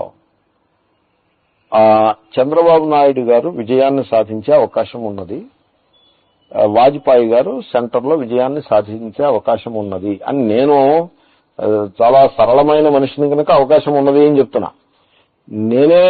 నేనే తెలివైన వాడిని అయితే ఏం చెప్తానో తెలుసునా? చంద్రబాబు గారు కొండలను చూశాను నేను, వాజ్పేయి గారి కొండలను కూడా చూశాను, ఆయన అక్కడ నెగ్గబోతున్నారు, ఈయన ఇక్కడ నెగ్గబోతున్నారు అని చెప్తా. తర్వాత సీఫాలజీ అని ఉన్నారు. సీఫాలజీ అంటే పిఎస్సి సెఫాలజీ అంటారా? ఓకే, ఈ సెఫాలజీ అసలు ఈ పి రాయడం ఎందుకు, పలకపోవడం ఎందుకు? This is something major problem for silent. అది సైకాలజీ అనడం కంటే దాన్ని ఫిజికాలజీ అయితే కరెక్ట్ గా ఉంటుంది. That is the way it should be called. ఎందుకంటే రాసుకున్నప్పుడు పి రాసినప్పుడు ఫిజికాలజీ అనో పిసైకాలజీ అనో అన్నట్లయితే పెర్ఫెక్ట్ క్లీన్ గా ఉంటుంది. సో ఈ సీఫాలజీలో నిష్ణాతులు ఉన్నారు. వాళ్ళు నేను ఇప్పుడు చెప్పిన మాట చెప్పారు. నేను కుండలని చూసి చెప్పాను అనుకోండి, వాళ్ళేమో సీఫాలజీ మెథడాలజీ ప్రకారం చెప్పారనుకోండి. Both conclusions are there. Now how they could tell some structural connections ఏవో ఉంటాయి రాబోయే రిజల్ట్ కి. ప్రస్తుతం ఉన్న పారామీటర్స్ ఎవరినో ఈ ప్రశ్న అడగడం, ఆ ప్రశ్న ఏవో పారామీటర్స్ డిఫైన్ చేసుకుంటారు వాళ్ళు, స్టాటిస్టికల్ పారామీటర్స్. ఆ పారామీటర్స్ కి ఆ అవుట్కమ్, రాబోయే అవుట్కమ్, భవిష్యత్తులో జరగబోయే దానికి ఏదో కనెక్షన్ పెట్టుకుంటాడు. అటువంటి కనెక్షన్ ఏదైనా జ్యోతిష్ శాస్త్రంలో ఉంటుంది. మహర్షులు ఆ విధంగా దాన్ని దర్శించుంటారు. బేసికల్ గా కొత్త సంగతిని, మనకి తెలియని సంగతిని చెప్పేదే ఉంది. జీవితంలో దుఃఖం ఉందనే సంగతిని ఎవరు చెప్పాలి? ప్రత్యేకంగా కొత్తగా మనకి తెలియని ఏం చెప్పినట్టు? సుఖ దుఃఖముల పరంపర జీవితము. ఈ అంశంలో వాడు ఏమైనా can he throw any further light on it? కనుక ఇదంతా కూడా ఒక పెద్ద విడంబనము. అంటే అనవసరంగా మన ఎనర్జీస్ ని మనం డిసిపేట్ చేసినట్టు అవుతుంది. దీన్నే going behind some meaningless, running behind some meaningless thing. దానివల్ల శక్తి అంతా కూడా వృథా అయిపోతుంది. అసలైన దానికి శక్తి మిగలదు. కాబట్టి మీరు భవిష్యత్తు గురించి మీరు చింత చేయవద్దు. భవిష్యత్తు it will be taken care of all right. స్వస్తివహ, మీకు శుభం కలుగుతుంది. ఆత్మ మాకు వేదాంతులకు మాకు సర్వమో ఆత్మయే. దేవుడు ఆత్మే, సుఖమో ఆత్మే, స్వర్గమో ఆత్మే, భవిష్యత్తు ఆత్మే, వర్తమానమో ఆత్మే, భూతకాలం ఆత్మే, పునర్జన్మ అన్ని మాకు ఆత్మ తప్ప ఇంకేం లేదు. కాబట్టి మీరు ఆత్మస్వరూపాన్ని తెలుసుకోండి. మీరు you are divinity itself. ఇప్పుడు దేవుడు తన భవిష్యత్తు ఎలా ఉంటుందో బెంగపెట్టుకున్నాడంటే ఆ దేవుడికి అది లోటా, అది మహిమాది. దేవుడికి అటువంటి బెంగ ఉండకూడదు. ఆ దేవుడికి మీకు భేదము కేవలము అజ్ఞాన కల్పితం మాత్రమే. మీరే దైవత్వము మీ స్వరూపమై ఉన్నది. మీరు ట్రై చేసి చూడండి, ఒక్క పిసరు ట్రై చేయండి. మీకు ఏదైనా దుఃఖం కలిగిందనుకోండి, ఈ ఫార్ములాని అప్లై చేసి చూడండి, ఆ దుఃఖం ఎంత స్ట్రాంగ్ గా ఉంటుందో తగ్గిపోతుందో అన్నది గమనించండి. భయం ఏదైనా ఉందనుకోండి, ఈ ఓంకారంతో ఆత్మధ్యానం చేసేటువంటి వాటమై ధ్యానమో ఆత్మధ్యానమో ఏదో ఒకటి చేసి ఆ భయం ఏమవుతుందో చూడండి. ఓ పిసరంత భయం పోయిందనుకోండి, దుఃఖం పోయిందనుకోండి, దుఃఖాన్ని భయాన్ని మీరు ధైర్యంగా ఎదుర్కోగలిగారు అనుకోండి, you have made a proof for yourself. Who will give you proof? You are the proof for yourself. కాబట్టి నీవు భవిష్యత్తు గురించి బెంగపెట్టుకోకు, జీవితంలో రాబోయే సుఖ దుఃఖాలకు నువ్వేం బెంగపెట్టుకోకు, అంతా నీకు మంచి అవుతుంది. నీవు అజ్ఞానం నుంచి బయటపడే ప్రయత్నం చూసుకో, నీకు నీ ప్రయత్నంలో సఫలత లభించుగాక, నేను నిన్ను ఆశీర్వదిస్తున్నాను అని అంటున్నాడు గురువు. భాష్యం. కించ అంటే ఇంకా ఏమంటే, అంటే ప్రత్యేకంగా ఇంకా అవతారిక ఏం లేదు, అంతే అవతారిక. అరా ఇవా యథారథనాభౌ సమర్పిత అరాహ, అది దృష్టాంతం. యథా అంటే ఏ విధముగానైతే రథనాభౌ రథము యొక్క నాభియందు అరాహ సమర్పితా, ఆకులు గృత్సబడి, చక్కగా గృత్సబడి, అంటే ఏదో హ్యాఫజార్డ్ గా గుచ్చేస్తే మళ్ళీ ఊడిపోతాయి. సమ్యక్ అర్పిత, పర్ఫెక్ట్ గా సిమెట్రికల్ గా దాంట్లో ఫిక్స్ చేసి పడి ఉంటాయో. ఏవం సంహతాః సంప్రవిష్టాః యత్ర యస్మిన్ హృదయే సర్వతో దేహవ్యాపిన్యః నాడ్యః తస్మిన్ హృదయే. సో స్థాన నిర్దేశం చేస్తున్నారు. నీవు నీ లోపలే దేవుడున్నాడు. నా లోపలే దేవుడు ఉన్నాడంటే ఇప్పుడు నేను ఎక్కడ దర్శించాలి? ఇక్కడ ముక్కు మీద దర్శించాలా, లేకపోతే కళ్ళ ముందు దర్శించాలా, అయితే మోకాల్లో దర్శించాలా? ఎక్కడ దర్శించాలి? హృదయమునందు దర్శించు, హృదయస్థానం. సో ఒక స్థానం స్టార్టింగ్ పాయింట్. నన్ను ఒక ప్రశ్న ఒకతను అడుగుతోండేవారు, ఏమంటే హృదయం అని మీరు అంటున్నారు కదా, మరి అలా ఫిక్స్ చేస్తే ఎలాగా అని. నేనంటాను, ఫిక్స్ చేసింది ఎప్పుడు ఫిక్స్ చేశాం?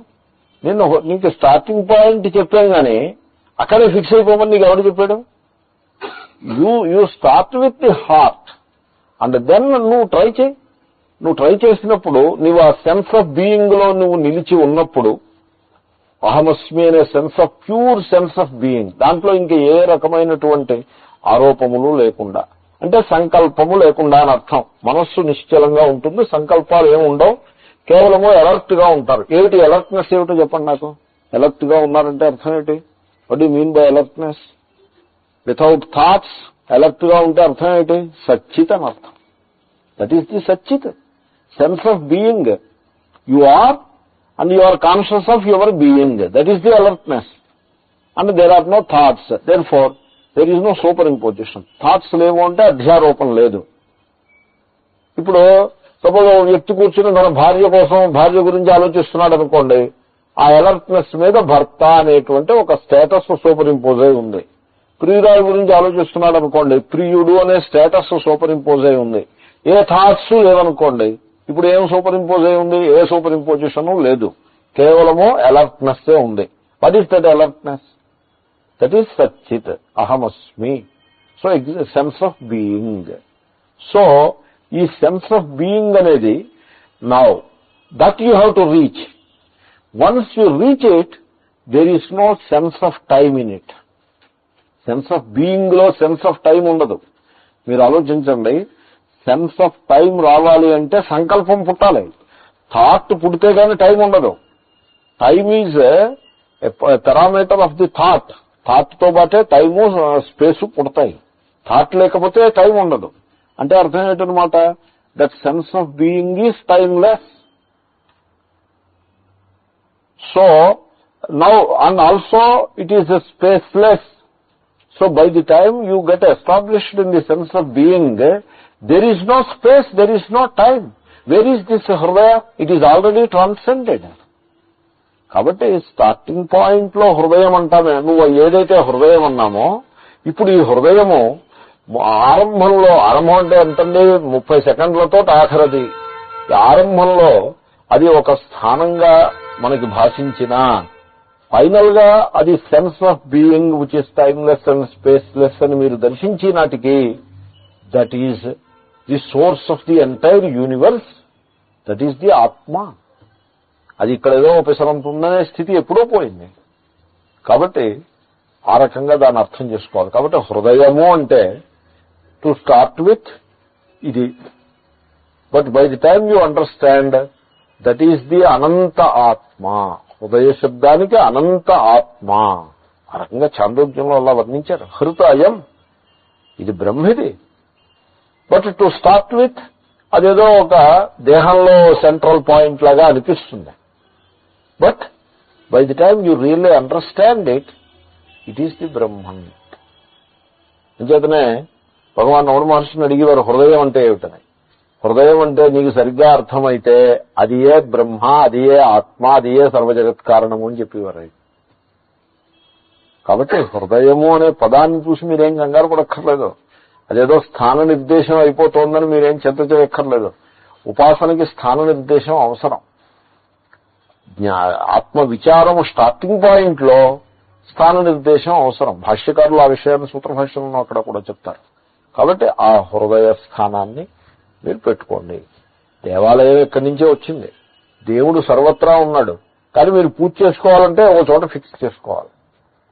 అంచేతనే ఊళ్ళో వాళ్ళందరూ కలిసి ఫిక్స్ చేస్తే దానికి దేవాలయం అన్నారు, ఇంట్లో వాళ్ళందరూ కలిసి ఫిక్స్ చేస్తే పూజ గది అన్నారు. అంతే, కమ్యూనిటీ. అసలు నన్ను అడిగితే సాధకుడికి దేవాలయం అక్కర్లేదు, పూజ గది అక్కర్లేదు. తన హృదయ దేహో దేవాలయ తెలుసుకుంటే మీ హృదయమే దేవాలయం. ఫైనల్ గా మీరు దానికి ఆ స్థితి చేరడానికే ఇవన్నీ కూడా ఉద్దేశించబడ్డాయి.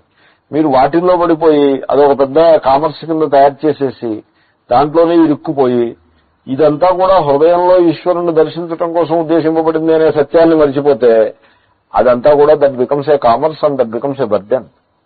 చాలా బర్డెన్ అయిపోతుంది. అలా బర్డెన్ అయిన వాళ్ళని నేను బోధన మందిని ఎరుగుదాను.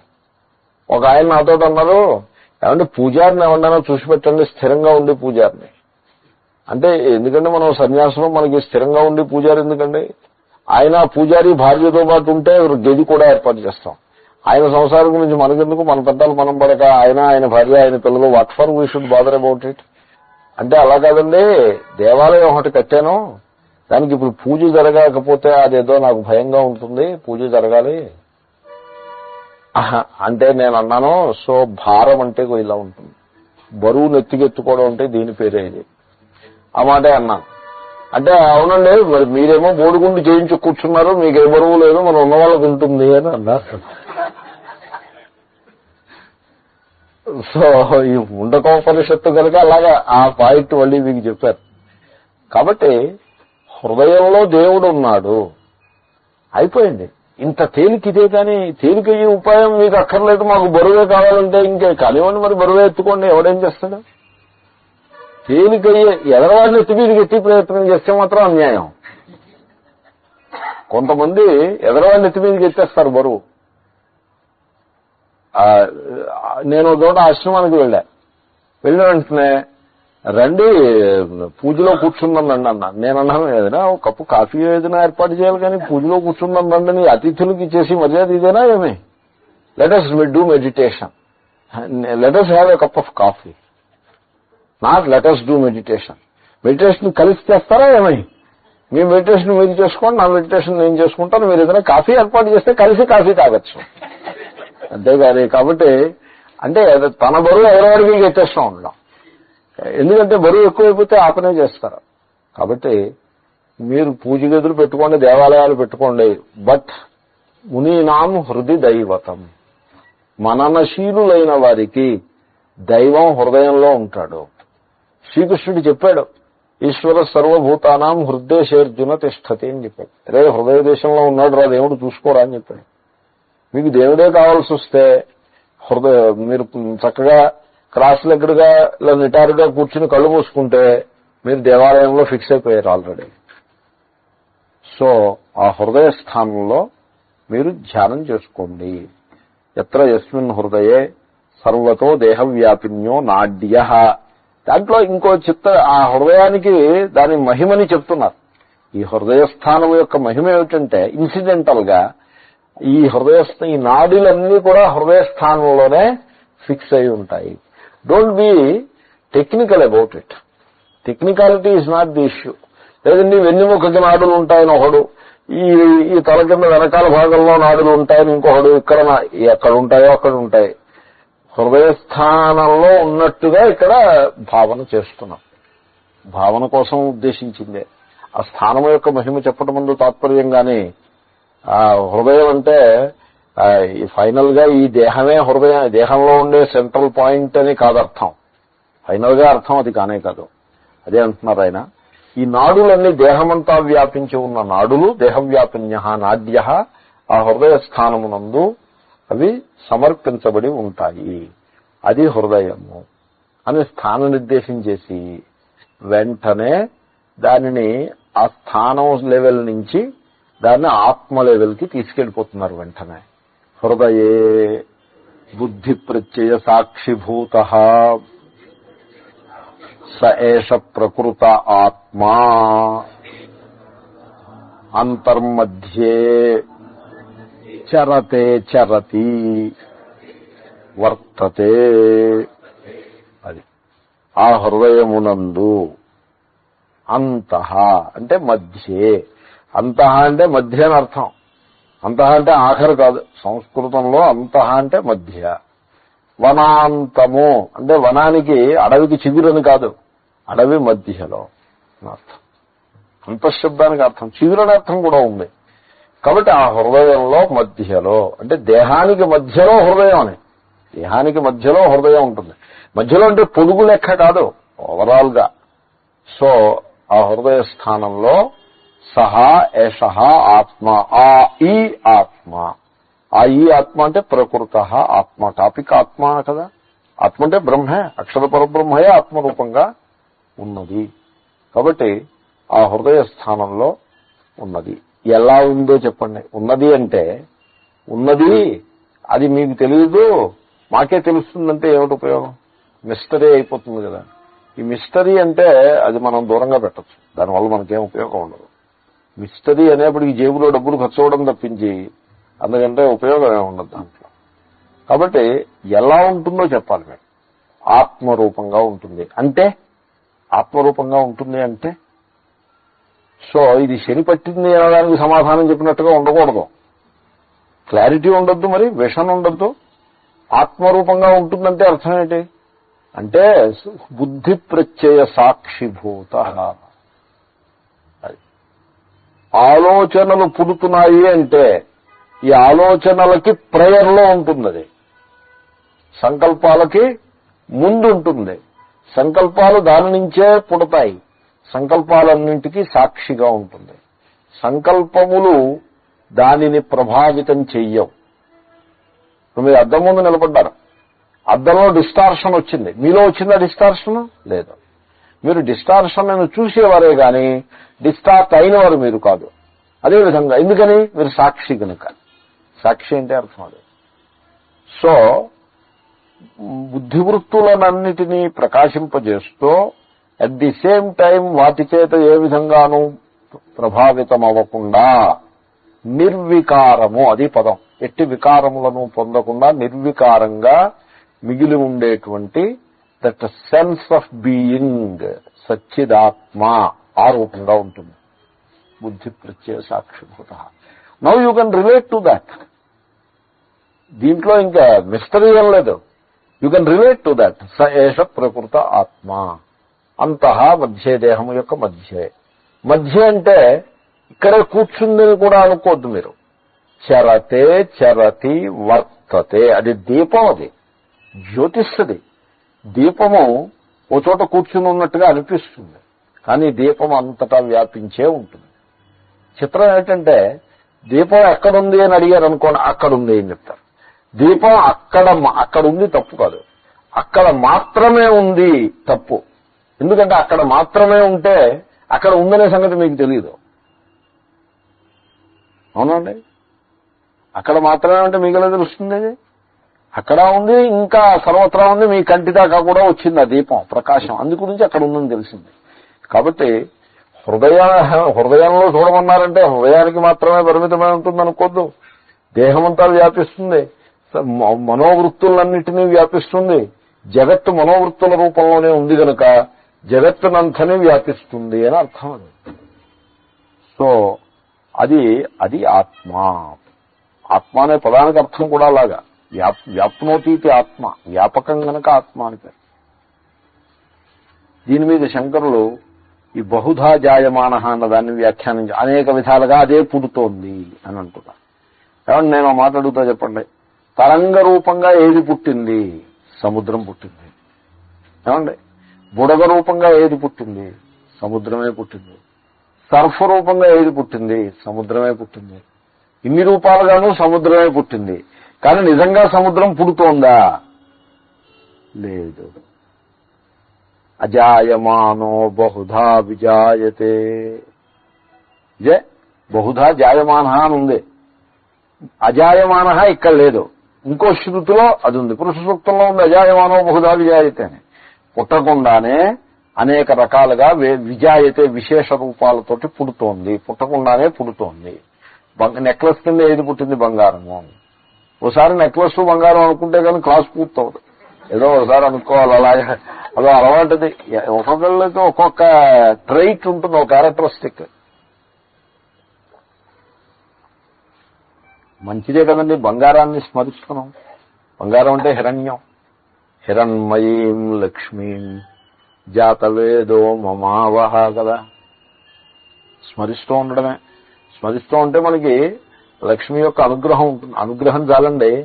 బంగారం ఇప్పుడు 20 తులాలు బంగారం మీకు ఇస్తే ఏం చేసుకుంటారు? లక్ష్మి యొక్క అనుగ్రహం పూర్ణత్వం ఉండాలి. కానీ పూర్ణత్వం కావాలి. కానీ బంగారం ఇప్పుడు టన్ను బంగారం మీకు చేతిలో పెట్టిందనుకోండి లక్ష్మీదేవి, పెద్ద బరువు అయిపోతుంది. అది అదేదో నీ దగ్గర ఉంచుకుని నాకు నీ అనుగ్రహం ఉంచంటే సరిపోతుంది. కాబట్టి ఆ పూర్ణత్వం ముఖ్యం. సో ఎనీవే, సో నెక్లెస్ గా పుట్టింది బంగారమే, చూడామణిగా పుట్టింది బంగారమే, మరో హారంగా పుట్టింది బంగారమే. కానీ బంగారం పుట్టనే లేదు. పుట్టడం ఏమిటండి? ఎప్పుడు పుట్టింది, ఎప్పుడు గిట్టింది? సో అజాయమానో బహుధా విజాయతే. అయితే అది ఊరికే బంగారం దగ్గర సరళమైన విషయం, మన జీవితంలో అంతకంటే కొంచెం గంభీరంగా ఉంటుంది. అది ఆయన వ్యాఖ్యానం చేస్తున్నారు. పశ్యన్ శృణ్వన్ మన్వానో విజానన్ బహుధానేకథా క్రోధహర్షాది ప్రత్యయైః జాయమాన ఇవ జాయమానః. అది జాయమానః బహుధా అనేక ప్రకారములుగా. ధా అంటే ప్రకారవచనం, ప్రకారాన్ని చెప్పే ప్రత్యయం. సో అనేక ప్రకారములుగా పుట్టుచున్నది. పుట్టుచున్నది ఏమిటి? ఆత్మ. ఆత్మ జాయమానః అనేక ప్రకారములుగా పుట్టుచున్నది.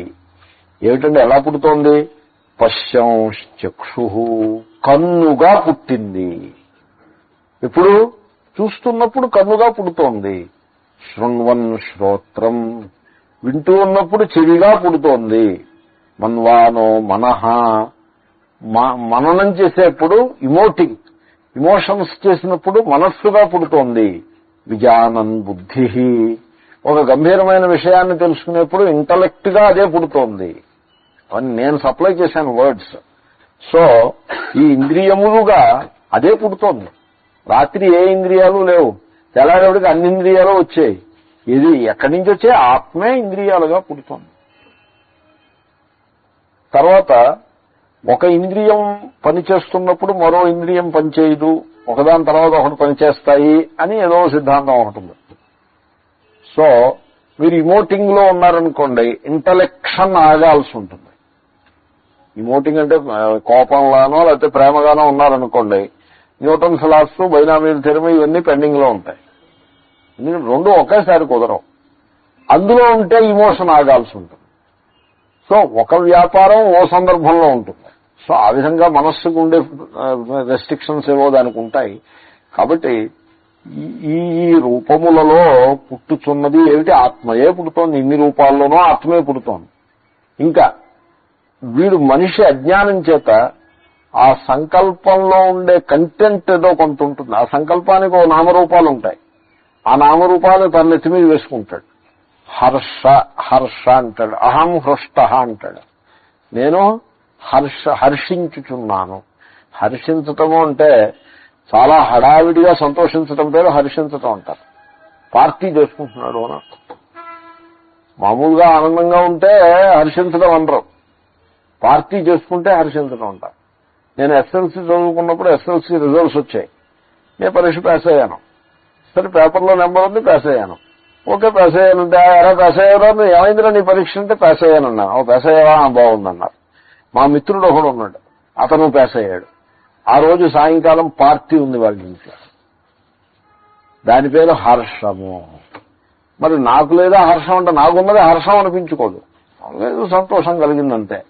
ఆ కలిగిన సంతోషం చాలా అధిక స్థాయిలో ఉంటే దాన్ని హర్షము అంటారు. మీరు హర్షాన్ని దూరంగా పెట్టాలి, అందుకోసం చెప్పాను. హృష్టో దృప్యతి దృప్త ధర్మమతిక్రామతి అని ఆపస్తంభ ధర్మసూత్రాలు. ఆపస్తంభ ధర్మసూత్రాలు ప్రోజ్లో ఉంటాయి. హర్షంగా ఉన్నవాడు అంటే ఏదైనా మంచి జరిగినప్పుడు, సుఖం వచ్చినప్పుడు చాలా హడావిడి చేసి పెద్ద అప్రోరియస్లీ సెలబ్రేటింగ్ అంటారు ఇంగ్లీష్లో. చాలా గడబిడగా మైక్ పెట్టేసి సెలబ్రేట్ చేసుకునేటువంటి వాడు దర్పాన్ని పొందుతాడు, అహంకారమునకు అంటగడతాడు. ఈ మహిమంతా అహంకారాందే అనేటువంటి గర్వంలో పడిపోతాడు. వాడికి తెలియకుండానే ఆ వాల్యూ డెవలప్ అయిపోతుంది. ఆ తర్వాత ధర్మం అతిక్రామతి, ఆ దర్పం చేతను అధర్మాన్ని ఆచరిస్తాడు. మరి అంతే కదా, వీడు పార్టీ చేసేటంటే అధర్మం చేస్తాడంటారా చేయరా? అధర్మం చేసి భావి దుఃఖానికి పునాదులు వేసుకుంటాడు. కాబట్టి ఇప్పుడు సుఖం కలిగిందంటే వెంటనే దుఃఖాన్ని మనమే నిర్మాణం చేసి పెట్టుకున్నట్టు అవుతుంది. అంటే హర్షం పనికిరాదు. సంతోషించాలి, ఈశ్వరుడికి కృతజ్ఞతను ప్రకటించాలి, ఏదైనా దాన ధర్మాలు చేసుకోవాలి అటువంటి శుభ సందర్భంలో. అంతేగాని హర్షాన్ని కలిగి ఉండడం అది యోగ్యమైన లక్షణం కాదు. ఆ సోబ్రీతి అంటారే దాన్ని కలిగి ఉండాలి. సోబర్గా ఉండాలి, నిబ్బరంగా ఉండాలి, కానీ ఎగిరి గెంతేసిట్లో ఉండకూడదు. అస్తు. సో ఈ హర్ష ప్రత్యయం కలిగింది. హర్ష ప్రత్యయం కలిగితే అహం హృష్ట అంటాడు వీడు. నేను ఇప్పుడు హృష్టుడనై ఉన్నాను. అరే ఇంతకుముందు 5 నిమిషాల క్రితం నో, ఇప్పుడు హృష్ట అంటే ఏటనమాట, హృష్టో జాత అని అర్థం. 5 నిమిషాల క్రితం లేడు హృష్టుడిగా, ఇప్పుడు హృష్టుడిగా ఉన్నాడంటే మరి హృష్టుడిగా పుట్టాడు అని అర్థం. హృష్టో జాత. ఈ లోపల ఏదో కోపం వచ్చింది, క్రుద్ధో జాత. క్రోధ ప్రత్యయం రాగానే క్రుద్ధో జాత. అంతకుముందు లేని క్రోధం ఇప్పుడు వచ్చినప్పుడు క్రుద్ధుడుగా పుట్టాడు. ఇప్పుడు ఈ హృష్టుడిగా పుట్టింది ఎవరండి? ఆత్మే. ఆత్మ లేకపోతే ఏముంది? ఏదీ లేదు. మనస్సు లేదు, బుద్ధి లేదు, ఇంద్రియాలు లేవు, అహంకారం లేదు, ఏమీ లేదు. కాబట్టి హృష్టుడిగా పుట్టింది ఎవరు? ఆత్మయే. క్రుద్ధుడిగా పుట్టింది ఎవరు? ఆత్మయే. సర్వమో ఆత్మయే. సో అద్యతనే జాయమాన ఇవ జాయమాన. ఏమంటే మరి అయితే ఆత్మయింది ఎన్ని వికారాలు వచ్చేస్తూ ఉంటాయా? ఆత్మ మరి నిర్వికారం అన్నారే, అబ్బే పుట్టలేదండి, పుట్టినట్లుగా అనిపించింది. జాయమాన ఇవ జాయమాన. ఏమంటే అయితే ఇప్పుడు ఆత్మ ఇన్ని రకాలుగా పుడుతోందా లేదా? నిజంగా పుట్టటం లేదు. జాయమాన ఇవ జాయమాన, పుట్టినట్లు అనిపిస్తోంది. ఎలా చెప్పగలరు? ఎందుకు అనిపించాలి? నిజంగా పుట్టకపోతే పుట్టినట్లు ఎందుకు అనిపించాలి అంటే చెప్తారు ఆయన. అంతఃకరణోపాధ్యను విధాయిత్వాత్. అదే అంతఃకరణ ఉపాధి. అంతఃకరణం అంటే మనస్సు. మనస్సు ఒక ఉపాధిగా పనిచేస్తుంది. ఆ ఉపాధిని అనుసరించి ఆత్మ చైతన్యం ప్రకటమవుతూ ఉంటుంది. ఇప్పుడు ఇది ఎలాగంటే 4 మూసలు పెట్టాం ఇక్కడ. మూసలు తెలుసు కదా. సో ఒకటి నెక్లెస్ మూస, ఇంకొకటి చూడామణి మూస, ఇంకొకటి కంకణముల మూస. కొన్ని 3 మూసలు చాలండి. 3 మూసలు పెట్టాం. ఇప్పుడు బంగారం, కరిగిన బంగారం ఇక్కడ ఉంది.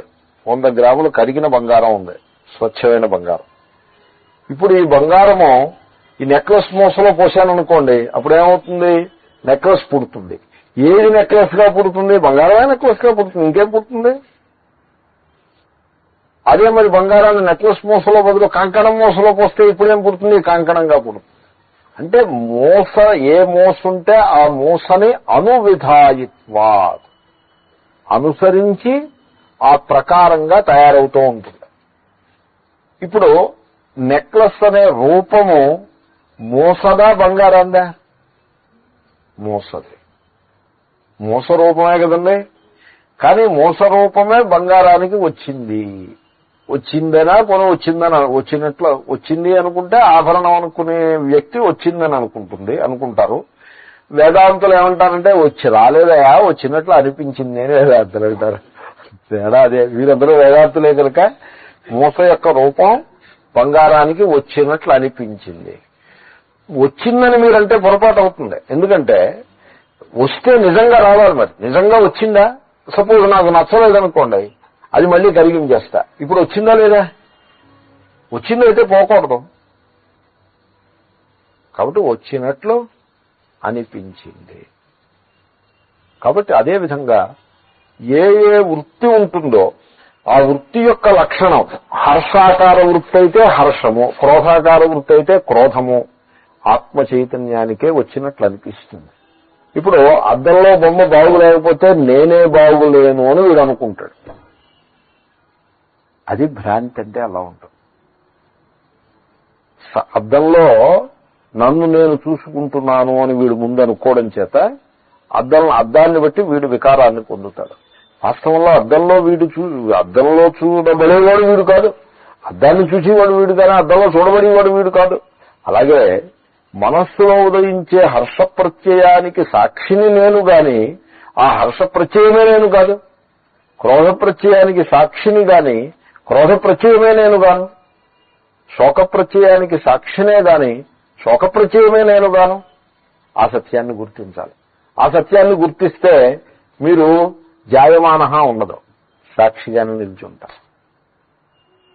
ఆ సత్యాన్ని గుర్తించకపోతే జాయమానహ జాయమానహ జాయమాన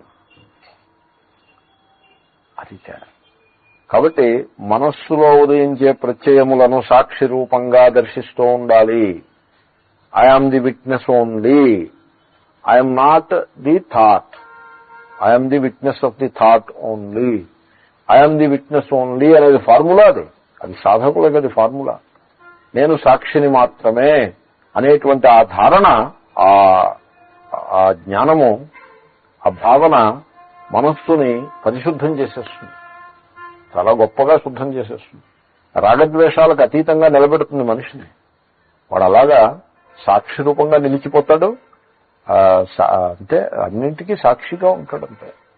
మనస్సు చాలా పవిత్రమైపోతుంది. కాబట్టి అయితే మరి అంతఃకరణ ఏ రూపాన్ని పొందితే ఆ రూపంలోనే నేను అయిపోయానని అనుకునేవాడు వాడి మాట ఏమిటన్నారు అంటే శంకరులు అంటారు, లౌకికాః హృష్టో జాతః క్రుద్ధో జాతః. వీళ్ళు లౌకికులు అంటున్నారు. ఆయన లౌకికులు అంటే అజ్ఞానినః అని అర్థం. లౌకిక అంటే అది ఊరికే వినడానికి పదం బాగుండదని, అజ్ఞానినః అంటే బాగుండదని మూఢాహ మూర్ఖాహ అలాంటి పదాలు కూడా వాడతారు. వాడినట్లయితే బాగుండదని లౌకికాహ అని అంటారు. లౌకికులు అంచేతనే సాధకులు ఎప్పుడు లౌకికులు అయిపోకూడదు. సాధువులు లౌకికులు అయిపోయారనుకోండి, లౌకికులు అయిపోతే ఇంకేముందండి, సంసారమే కదండి. వ్యవహారం అంతా కూడా మిథ్య. లౌకికులు అయిపోకూడదు. కాబట్టి లౌకికులు అయిపోయారనుకోండి, క్రుద్ధో జాతః హృష్టో జాతః. ఇప్పుడు ఆయన మూడు ఎలా ఉంది, ఈ సిఇఓ మూడు ఎలా ఉంది, ఇప్పుడు సిఇఓ చీఫ్ ఎగ్జిక్యూటివ్ ఆఫీసర్ ఆయన మూడు ఎలా ఉందంటే ఇప్పుడు మూడు బాగులేదు, క్రుద్ధో జాతః. ఇప్పుడు మూడు బాగుంది, హృష్టో జాతః. అలాగా అయిపోతుంది, లౌకికుల్లాగా అయిపోతుంది. సో అలా అయిపోతూ ఉంటారు. కానీ యథార్థ స్వరూపం తెలిసిన వాళ్ళు అలా అయిపోరు. ఆ తేడాని గమనించాల్సి ఉంటుంది. సో మీరు అలా లౌకికులుగా అయిపోవద్దు, లౌకికులుగా ఉండొద్దు, సాక్షి రూపంగా ఉండండి. మనస్సులో ఏ సంకల్పం పుడితే ఆ సంకల్పం యొక్క లక్షణాన్ని మన నెత్తి మీద ఆరోపించేసుకుంటూ ఉండడము అంటే మనస్సుతో స్పేస్ లేకుండా ఉండడం. మనస్సుతో స్పేస్ లేకుండా ఉండడం అన్నది పొరపాటు. ఆ పొరపాటు మనం చేస్తూ ఉంటాం జీవితంలో. ఆ పొరపాటు చేయవద్దు. అంచేతనే దీనికి ఒక ఫార్ములా చెప్తూ ఉంటారు మహాత్ములు. ఇప్పుడు కోపం వచ్చిందనుకోండి, కోపం వచ్చినప్పుడు అలర్ట్ గా ఉండాలి. అలర్ట్నెస్ లేకపోతే కోపం వచ్చిన వెంటనే చెడమడా తిట్టడం ప్రారంభిస్తే ఇంకా వాడికి ఏమి ఉపదేశం ఉంటుంది? ఉపదేశానికి అర్హత లేకుండా పోతుంది. వాడిని ఏం ఉపదేశం చేస్తారు? ఏమిటంటే బోధ. నీవు ఇప్పుడు కోపం వచ్చిందనుకో, okay, now you should have this much wisdom. ఏమిటి? నాకు కోపం వస్తోంది, ఈ కోపం మంచిది కాదు. ఆ మాత్రం వివేకం ఉండాలి మనకి. అంత స్పేస్ ఉండాలి. ఉంటే ఇంకా తర్వాత గ్రోత్ వచ్చేస్తుంది. ఎలాగంటే వెంటనే ఈ కోపము ఎవరికి వచ్చినది? ఎవరికి వచ్చింది ఈ కోపం? ఎవరికి రావడమే? నాకే వచ్చింది. నాకు. నేను ఎవరు? అది సంగతి. నేను ఎవరు? నేను ఎవరు అంటే ఈ కోప ప్రత్యయం నేనా, లేక కోప ప్రత్యయానికి పూర్వము నేనా? ఏది నేను? నీకు ఏమనిపిస్తోంది? ఈ కోప ప్రత్యయం నేను కాదు కదండి. ఎందుకంటే ఈ కోప ప్రత్యయము అలా మేఘపు శకలం వచ్చినట్టుగా వచ్చింది పోతుంది. ఆకాశంలో మేఘం శకలం వస్తుంది పోతుంది. ఆకాశం అలాగే ఉంటుంది నిర్వికారంగా. అలాగా ఈ స్వచ్ఛమైన ఆత్మ చైతన్యమునందు సెన్స్ ఆఫ్ బీయింగ్, దాని మీద కోప ప్రత్యయం వచ్చింది, ఓ మేఘం వచ్చినట్టుగా పోతుంది. నేను ఆ కోప ప్రత్యయం ఎలా అవుతాను? నేను ఆ కోప ప్రత్యయానికి పూర్వమునందు ఉన్నటువంటి సచ్చిదాత్మను. What am I? దానికి మీరు ఆన్సర్ తర్వాత చూడొచ్చు. అసలు ముందు ప్రశ్న వేయండి. ఆన్సర్ ఎక్కడి నుంచి వస్తుంది? లోపల నుంచి వస్తుంది. నోటితో చెప్పేది ఆన్సర్ ఎందుకు అవుతుంది? మీ హృదయంలోంచి వస్తుంది ఆన్సర్. మీరు ప్రశ్న వేయండి ముందు. What am I? కోపం రాగానే ఈ కోపం నాకు వచ్చింది, నా స్వరూపమేమి అని మీరు ప్రశ్న వేసుకోగలిగేంత వివేకం మీలో ఉంటే ఆ కోపం ఏమవుతుందో తెలుసిన? అవతలకి పోతుంది. జాయమాన అనే స్థితిలో పడదు. కాబట్టి మనిషి చుట్టుపక్కల వాళ్ళని పరిశీలిస్తూ ఉండడం, వీడేం చేస్తున్నాడు వాడేం చేస్తున్నాడని వాడు దూరంగా ఉంటే ఫోన్ ద్వారా తెలుసుకునే ప్రయత్నం చేయడం, ఇదంతా ఎందుకు పనికిరాంది? ఇది మన మనస్సులో ఉదయించేటువంటి ఆ భావన పరంపర, ప్రత్యయ పరంపరలు ఉన్నాయే థాట్స్, వాటిని పరిశీలించుకుంటూ ఉండాలి. నిరంతరంగా పరిశీలించాలి మనస్సుని ఎప్పుడూ కూడా దాన్ని వదిలిపెట్టకూడదు. అది భగవంతుని యందు లగ్నమై ఉన్నంతసేపు ఓకే, లీవ్ ఇట్ అలోన్. అది సంసారంలోకి ప్రవేశిస్తోంది అంటే దాని మీద వాచ్ పెట్టాలి. వాచ్ అండ్ వార్క్ అంటారు చూడండి, వాచ్ పెట్టాలి. సంసారంలో ప్రవేశించి ఇప్పుడు ఇక్కడ కూర్చుని ఉండాలి, మీరు ఏ వాచ్ పెట్టక్కర్లేదు, యూ లీవ్ ఇట్ ఫ్రీ. కానీ సంసారంలోకి ప్రవేశిస్తున్నారు అంటే you have to watch it. కామ, క్రోధ, లోభ, మోహ, మద, మాత్సర్య ఈ అంతఃశత్రువుల రూపంగా అది ప్రకటము కాని విధంగా you have to keep a watch. అలా వాచ్ చేయటం అలవాటు చేసుకోవాలి. ఓమిత్యేవం ధ్యాయథ ఆత్మానం స్వస్తివః తమసః పరస్తాత్. ఇంకంటే ఓం పూర్ణమదః పూర్ణమిదం పూర్ణాత్ పూర్ణముదచ్యతే పూర్ణస్య పూర్ణమాదాయ పూర్ణమేవా